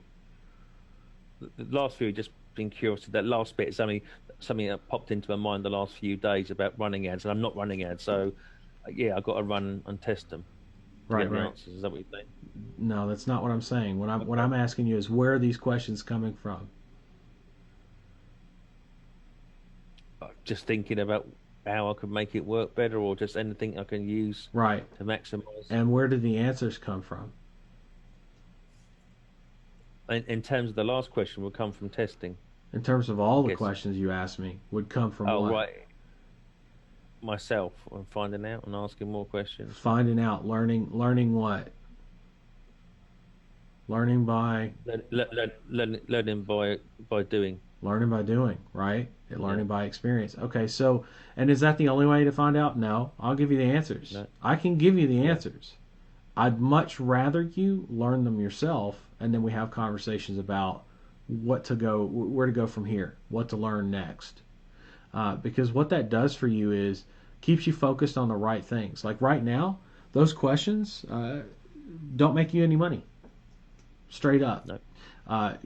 You've got the answers to them. Great. I'm happy you have answers to questions you have. What I'm not happy about is that those questions make you no money whatsoever, and neither do the answers. Not right now anyway. Not even close. Yeah. So, again, instead of letting your mind wander to those questions, what I would highly recommend you and anyone else that's having this kind of a challenge, because I'm that kind of guy. If I have questions that come up, does anybody know what I do when I have a question that comes up when I'm in the middle of a process? If someone tells me they've got A to Z, and I have questions that come up on F, G, H, and L and M, do I just stop and then ask the questions? Or do I keep moving and then write the questions down and ask them later? I was about to say you write them down and come back later, don't I you? write them down and come back later. Do you know how many times all but one of those was answered just by doing? Probably nearly all answered by doing. Correct. Probably most. I mean, and here's what's really crazy. The questions I could come up with at that point are far more direct, experienced questions that I can have with, like, and I'm not bragging, I'm just saying, like, normally when I implement somebody else's training, which is something I do on a fairly regular basis, I might add, for tons of different things. Could be developing a site, could be software development itself, systems and processes, you name it. And there's a lot of training I've gone through where it's like, man, I've got so many questions, and I write them all down. I write every one of them down. That way I know, even if I go through everything A to Z, like this person has shown me, and I still have questions that are unanswered, I know that I didn't forget them. I wrote them down. I got them right here. But I'm going to give this an honest run through before I start asking questions that I'm probably going to find the answers to. Now, here's the interesting thing. When I get through the end, more times than not, almost every question, if not every question, has been answered. And I may have some new questions, but those new questions are based on the experience I just went through and just had. Meaning, when I ask those questions, I get responses from course creators and responses from people that do the training, right, that I'm learning from. The responses I get from them is, man, they were thinking I was going to be back at square one because they're used to answering square one questions, right, all day. Then I ask them a question and I tell them what I've been doing and where my question's coming from, and they're like, oh, well, just do this, this, this, and this. And then that's so much more valuable to me because I've already gone through their A to Z. So when they say go do these 3 or 4 things, it's a very short conversation, which I appreciate. Second, it's very much on point based on my experience combined with their experience, which means I'm going to see some results out of that. And I'm not, again, I notice I'm not bagging on your questions saying they're bad questions. They're all very valid questions, very good questions. I just want you to focus on the questions right now that you should be asking, that you've already asked. You already know what you need to do. Write everything else down. And I promise you, I will be around to answer, unless I get hit by a bus, I'll be around to answer those questions. I hope not. Right? And more than not, all the questions you have that you want to ask, you're going to answer yourself anyway. 100%. So basically, it comes down to 4 letters that my dad taught me: JFDI. Yeah, right, pretty much. Yeah. Yeah. Okay. Yeah. Yeah. Pretty much. Cool, that's the biggest thing. That's where your biggest experience is going to come from. The good news is, this isn't rocket science. It's not like you have to be dependent on me for the answers.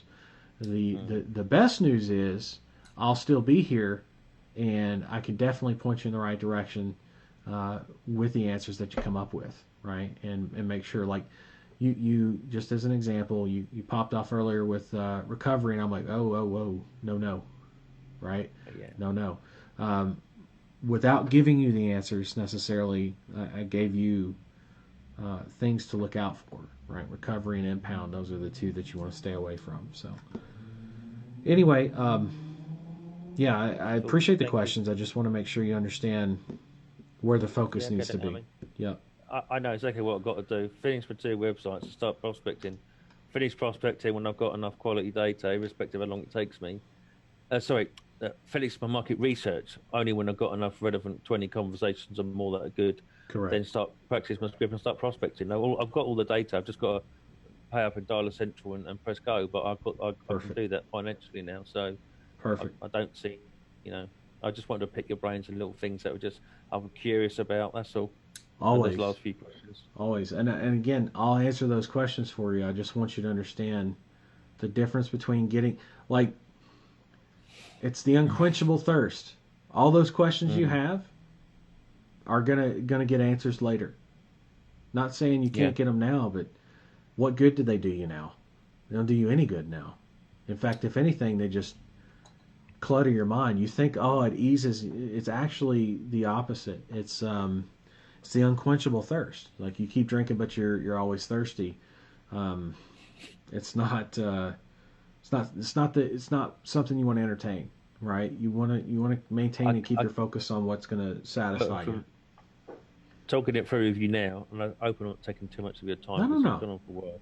But like, it also makes me realise, and I know that you can tell because I was in recruitment.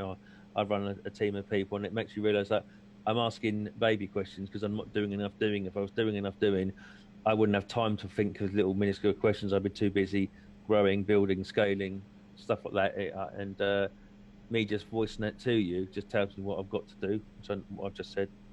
Absolutely. There's no doubt in my mind that that's a large part of it, and I'm okay with that. As long as you're aware, as long as I'm able to teach you to be aware and stay aware of the questions you're asking, and that they're not on point for you to get done what you need to get done is all. They're not invalid questions. They're not bad questions. To me, there's no such thing as a dumb question. They all need answers. The cool thing about what I teach is that most of the answers, if not all of them, can come from your own experience, and the conversations we have are how to improve that experience as opposed to how to get started, because there's only so many how to get started conversations we can have and how many questions we can answer there before, there's only so much runway the plane can go down before the plane you have to pull back on the stick at some point. Yeah. You know what I'm saying? If you don't pull back on that stick, you're going to run out of runway. And then it's kind of like, hey, what do we talk about? Because this time over the next couple of weeks, you, Doug, Jen, you guys are going to go and do your market research, select for some of you that haven't done this, select your vertical, dig into that, study up on your sales techniques. You may have questions that come up through actual sales conversations that you've had or client onboarding that you've actually conducted. And that's going to be, those are going to be much higher level conversations, because you're going to come to me saying, hey, I have a client, or I have a prospective client, and this is the conversation I had with them, right? As opposed to, hey, what would you say to somebody who might have said this? And it's like, well, did that happen? No. Well, then what makes you think that's going to happen? That's a totally untargeted conversation as opposed to what comes from the doing. So I know you know that. Yeah. You want to hear good questions that anybody's gone out and done the work, and they're asking questions where you can see if they have real progress. And like, this is all what this is all about for me as well, just learning like my own crap that I'm procrastinating basically. It actually, it's interesting you say, well, you want to hear that. Now, here's the thing. Everybody has questions at every different level, right? What I want you to be aware of is for you to not stay at that same level. Like if all you did was improve the type of, by doing obviously, the type of questions that you ask me every 2 weeks, you're going to be able to monitor your own progress just based on that. I mean, that's, and for me to know the business well enough to know exactly where you're at based on the type of questions you're asking, is valuable. It is. What's the most valuable out of that is for me being able to teach you and many others listening to this right now the same skill set of be aware of the questions you're asking, because you're always going to have a million questions anytime you break into something new, especially something like this that's exciting and delivers for your clients. It's always going to have more questions than answers to start with. And the best way to get answers to your questions is to learn the answers and get confirmation and also direction and improvement upon the experience that you've gained. Think of it as, we've broken down the rifle, we've talked about each component, we've loaded it up, you've loaded it up, you're aiming it, and you've taken it off of safe, and you've got your finger on the trigger, and every time you put your finger on the trigger, you stop to ask me about what the shooting competition is going to be like in 2 months. Instead of just pulling the trigger, Trigger. Yeah. you know, to get better at your craft, right? Now, here's the cool thing. You pull the trigger, and I'm the spotter, so, you know, the instructor, so I'm looking and I say, that was 6 inches left. You need to pull it, you know, pull it over, right? Yeah. You're going to be able to do what? Immediately course correct. You see what I'm saying? Yeah. And then you pull the trigger again. And the more times you pull that trigger, the more experience you gain. Plus, you've got me right there over your shoulders looking at exactly what you're doing, close up, and know the business, know it like the back of my hand, and say, you're 6 inches left, you're 3 inches right, you're on the money, you're on the money. Stay right there. Breathe, right? Your shot went up that time. That last one didn't hit the target. Did you shift around? Did you breathe? Did you move? What did you do? Right? There's all those kind of things that come into play for gaining that experience and fine-tuning your experience. But without you firing the trigger, pulling the trigger, getting that experience, there's nothing I can do for you beyond everything we've already covered. That's why I say those questions, while valuable, because I'll tell you this, you know, we get to the shooting competition, you're going to have questions, and a lot of them you're already going to have answered, such as when is it, how much were the tickets. Like if we're already at the shooting competition, you already have answers to all those questions that you don't have to ask me.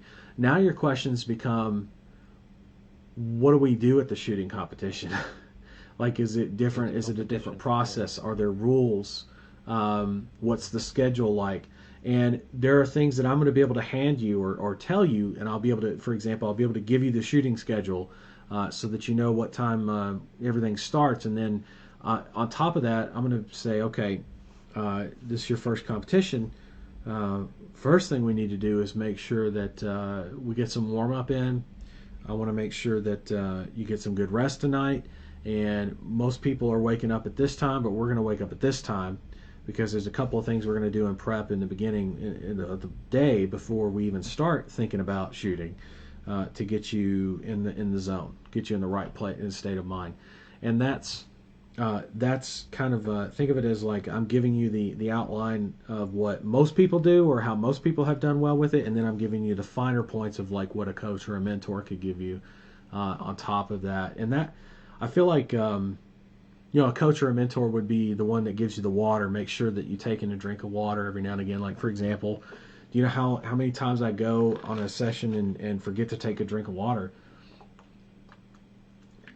I know it sounds crazy, but we've been going almost 2 hours, and I've had a few drinks of water, but I still felt my throat getting dry. How much easier would it be for me if I had a coach staring at me while I'm doing a call? Be a little creepy, though. But if I had a coach staring at me while I was doing this call right now with water in his hand, I'm not going to forget the water. You know what I mean? But I've done enough of these calls through my experience and fine-tuning it that I know if I set my water in a certain place, I'm going to be able to see it from time to time and say, damn, you know, I should probably take a drink of water, and take a drink of water on my own. It was a learned habit. And is that rocket science? No, it's not. But you know how many times I've gone 3 hours and be like, man, what is going on with my throat? Or I've even made sounds like this or that, and I'm like, oh, it's because I've been talking for 3 hours and haven't taken a drink of water yet, right? and I live in the desert, you know, which is like a super dry climate here. So, Well, if you can't overcome, are you? I don't ever ask you. Are you ever gonna do like the hero tour like you did before, man? 'Cause you even came to Scotland doing that, dude. I did. Like to Glasgow, wasn't it? Crazy. Yeah. You know, it's a good question. I've been asked about that. What was that? A few weeks ago, somebody asked me about that. I won't say no. Right Listen, now. I won't say no. I won't say no. Right now is probably not the best idea. Yeah.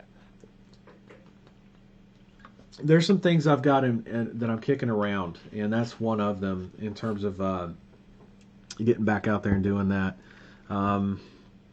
It was pretty taxing. I will tell you that. Like, it was pretty difficult. It was not easy. And the biggest thing I can tell you is that I worked with a lot of people that weren't ready yet, and the screening for something that would have to take place for something like that, I'd have to really sit down and consider who would be the best fit for that. And I think some of the people, I would definitely be obviously a good fit for that. Then I'm just biased. yeah, and that's the thing is that most people think they are, and I won't say it's based on personality as much as it is just based on how serious they are about the business and what they're able to produce on their own. I'll give you an example. The people that I sat down with that had hardly anything and hadn't touched the business in a week because they were waiting on me to show up, had far less continued success than the people who continued to build their business and had a dozen clients when I got there, and when I left had 24. Those were the long-term successful people that did very well. Even with challenges that they may have had in the beyond that, because they had such a decent foundation before I showed up, based on what I teach, by the way, it made a huge difference in how they carried on in the business. I mean, and that's not just the tour, but I had tons of people come through the house actually and sit down with me on a 3-day, and same thing. I mean, I've seen people with come in with 1 or 2 clients and go to half a dozen or more, 10 clients, something like that at the end of the 3 days, and it's not the same kind of growth as someone who comes in with 10 clients and where they're at 3 months later compared to the other guys.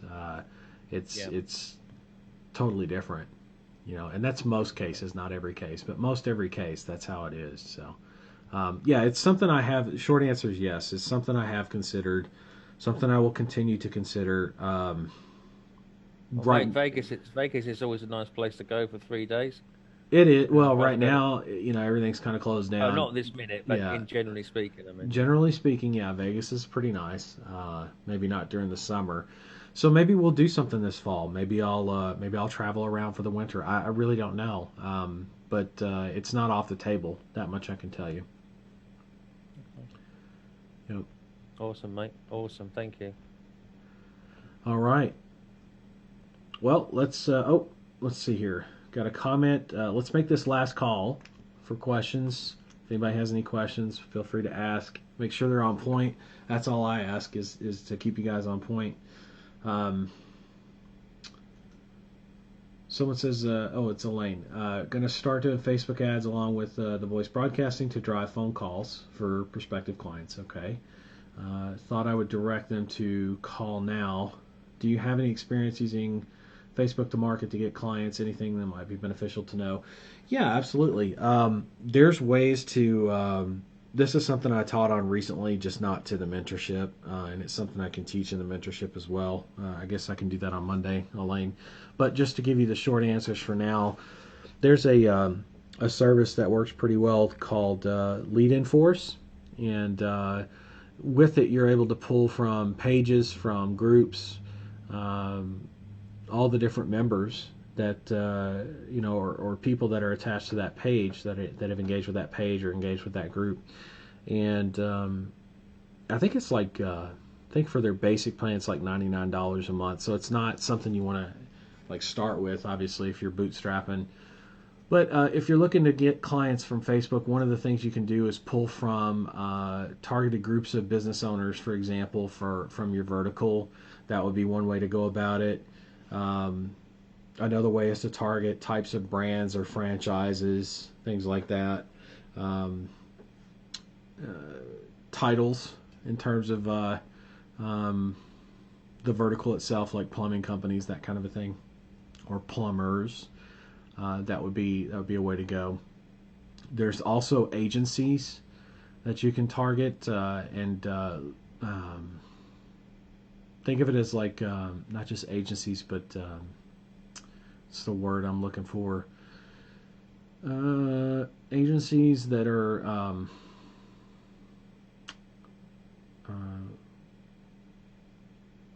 well, there's different. I guess it's different for every vertical, so that's why I'm having difficulty here. You've got agencies, but then you've also got organizations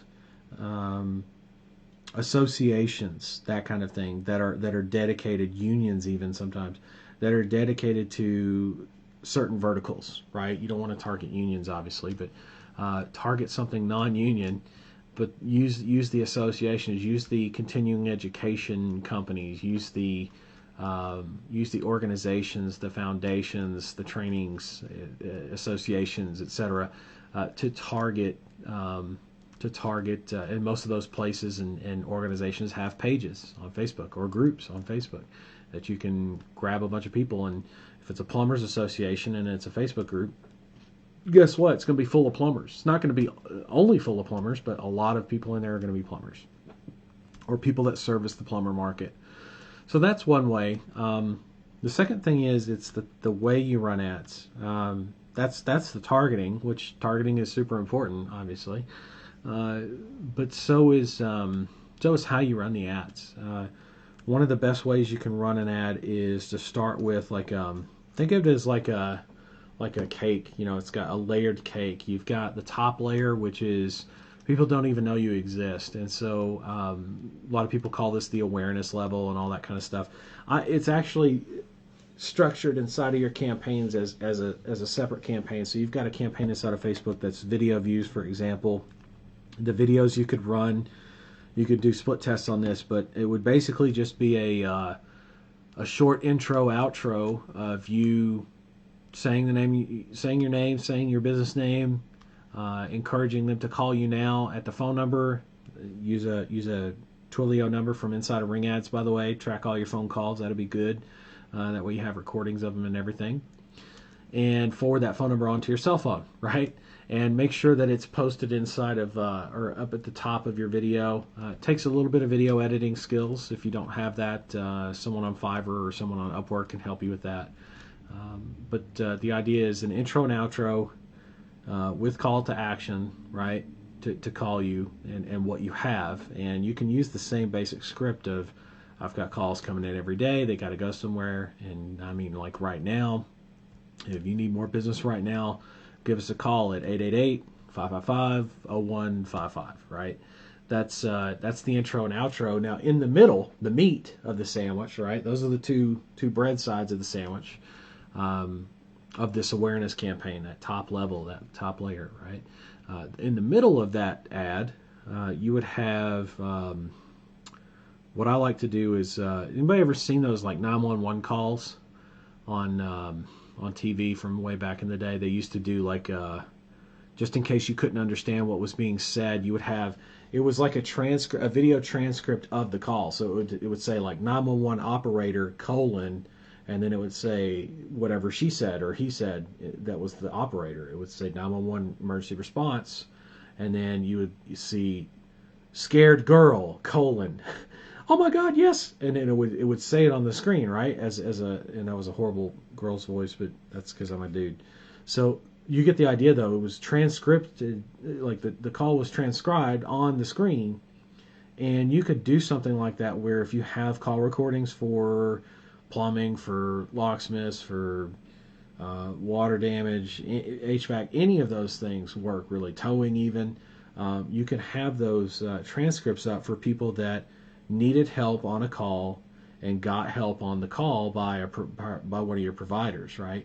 You bleep out certain information that's sensitive, such as first name, last name, cities, even where they're located, phone numbers, all the sensitive information, right? And use that as the meat of your call.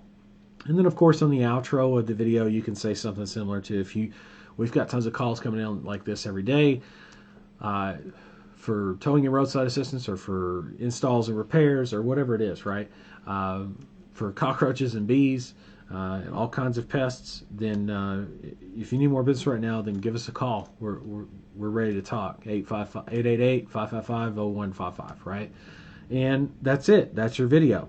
That's your top level awareness video. And then what you do is you run a retargeting audience based on video views for that specific set of videos.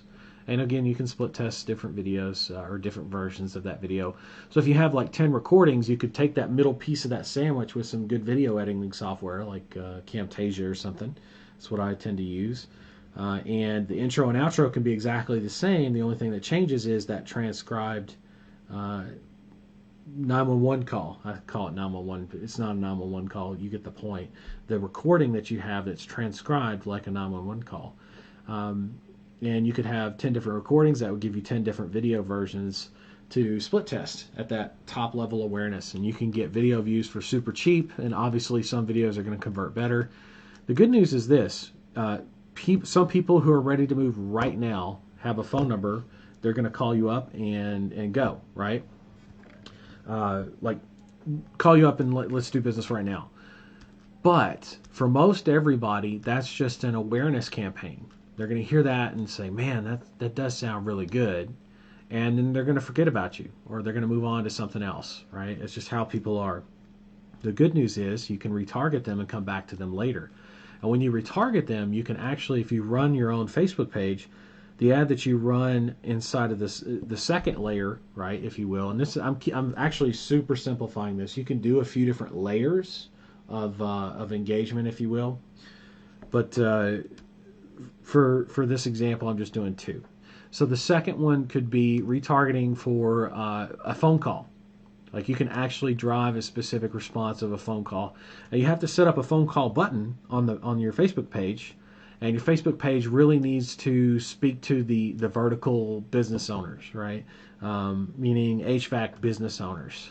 So it can't be HVAC consumer based. It needs to be HVAC business owner based, based on what you do for them. You deliver phone calls for a living. So the page needs a little bit of work, a little bit of love. You got to put some images in there, some content. Nothing crazy. It's not like you got to fill it out completely, but the more filled out it is, the more legitimate it looks when they visit there. Like if you've got a background photo or a cover photo on your page, the name looks good. There's a phone number tied to it. There's some posts. There's some images. That's what they're looking for, right? There's an about me section and it's filled out. Those are important to have, right? So with that, you can actually set a call now button inside of the ad and drive phone calls strictly from that ad, only from people who have seen your recorded call videos, right? Your call recording videos, I should say.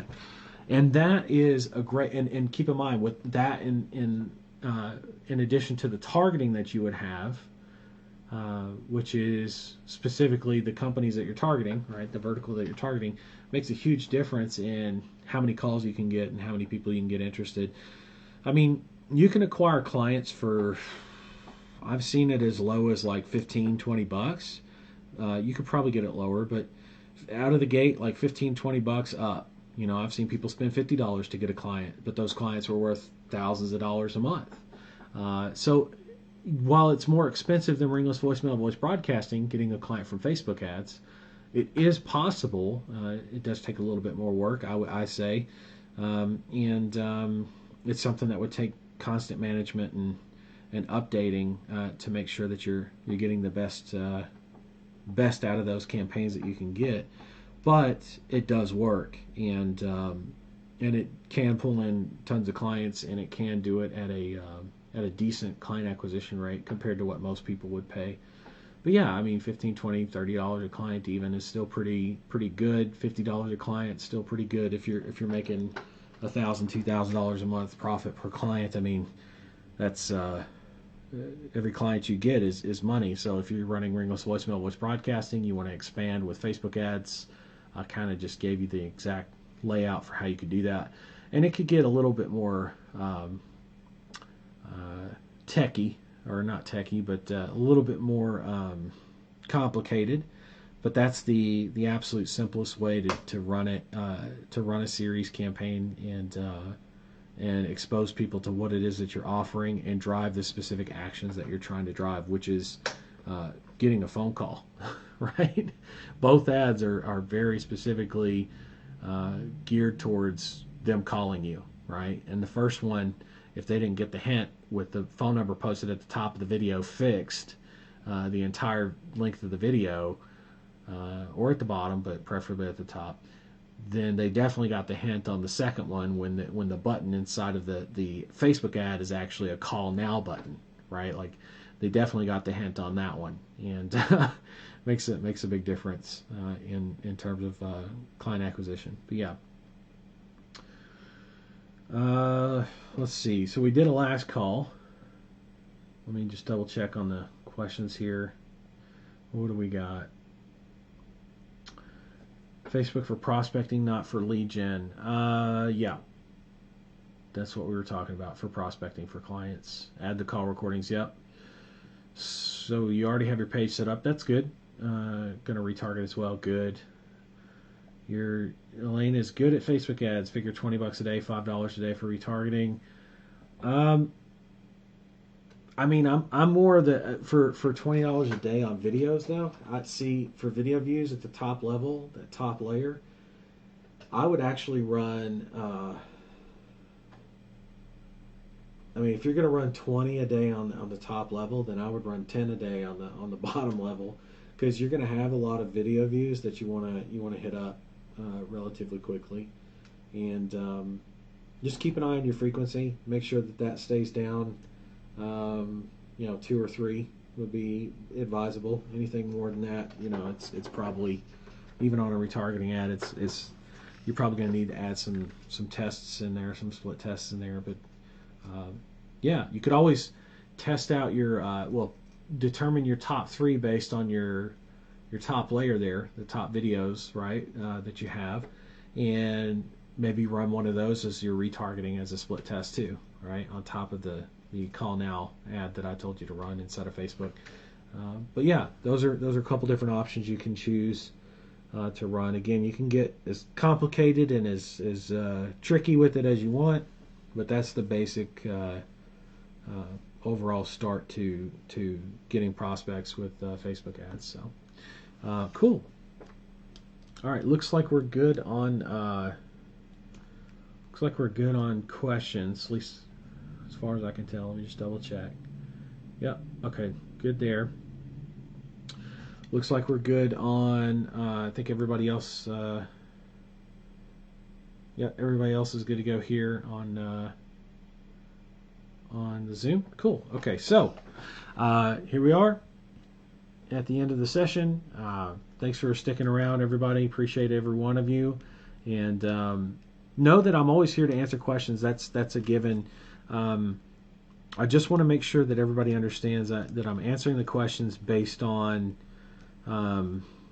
what's going to help you the most. I think that's I think a lot of people might miss that initially, and that's okay. That's what these calls are for, is to keep you on point and keep you moving forward. So I'm excited with everybody's progress. I'm glad everybody's the few people that are having the challenges of going back to work and getting adjusted to their schedule. I understand it's a huge change. It was a huge change the first time around, right, when it was the opposite. So now going back to work and everything, for some of you, it's going to be a similar slowdown period for you in terms of keeping things moving. I get that. It happens. Just be aware of it and do what you can to spend some time in the business and keep the ball moving forward. It's about consistency. That's the key. Being consistent is the absolute key, not how much you get done. Believe it or not. You work at something consistently, you're going to get stuff done. That much I can promise you. So put your focus on being consistent and consistency, and that will make a huge difference in how much you actually get done at the end of the day, at the end of the week, at the end of the month, etc. So that said, I will catch you folks on the next coaching call, which will be on the 28th, so May 28th. At 12 p.m. Pacific Standard Time. All right, folks. Of course, as always, post away in the group, ask questions, share your experiences. We always enjoy those, enjoy reading about those. Let us know what you're working on and how you're working on it, and I'll be more than happy to chime in and help you out. All right, guys. We'll catch you on the next live stream. Bye for now.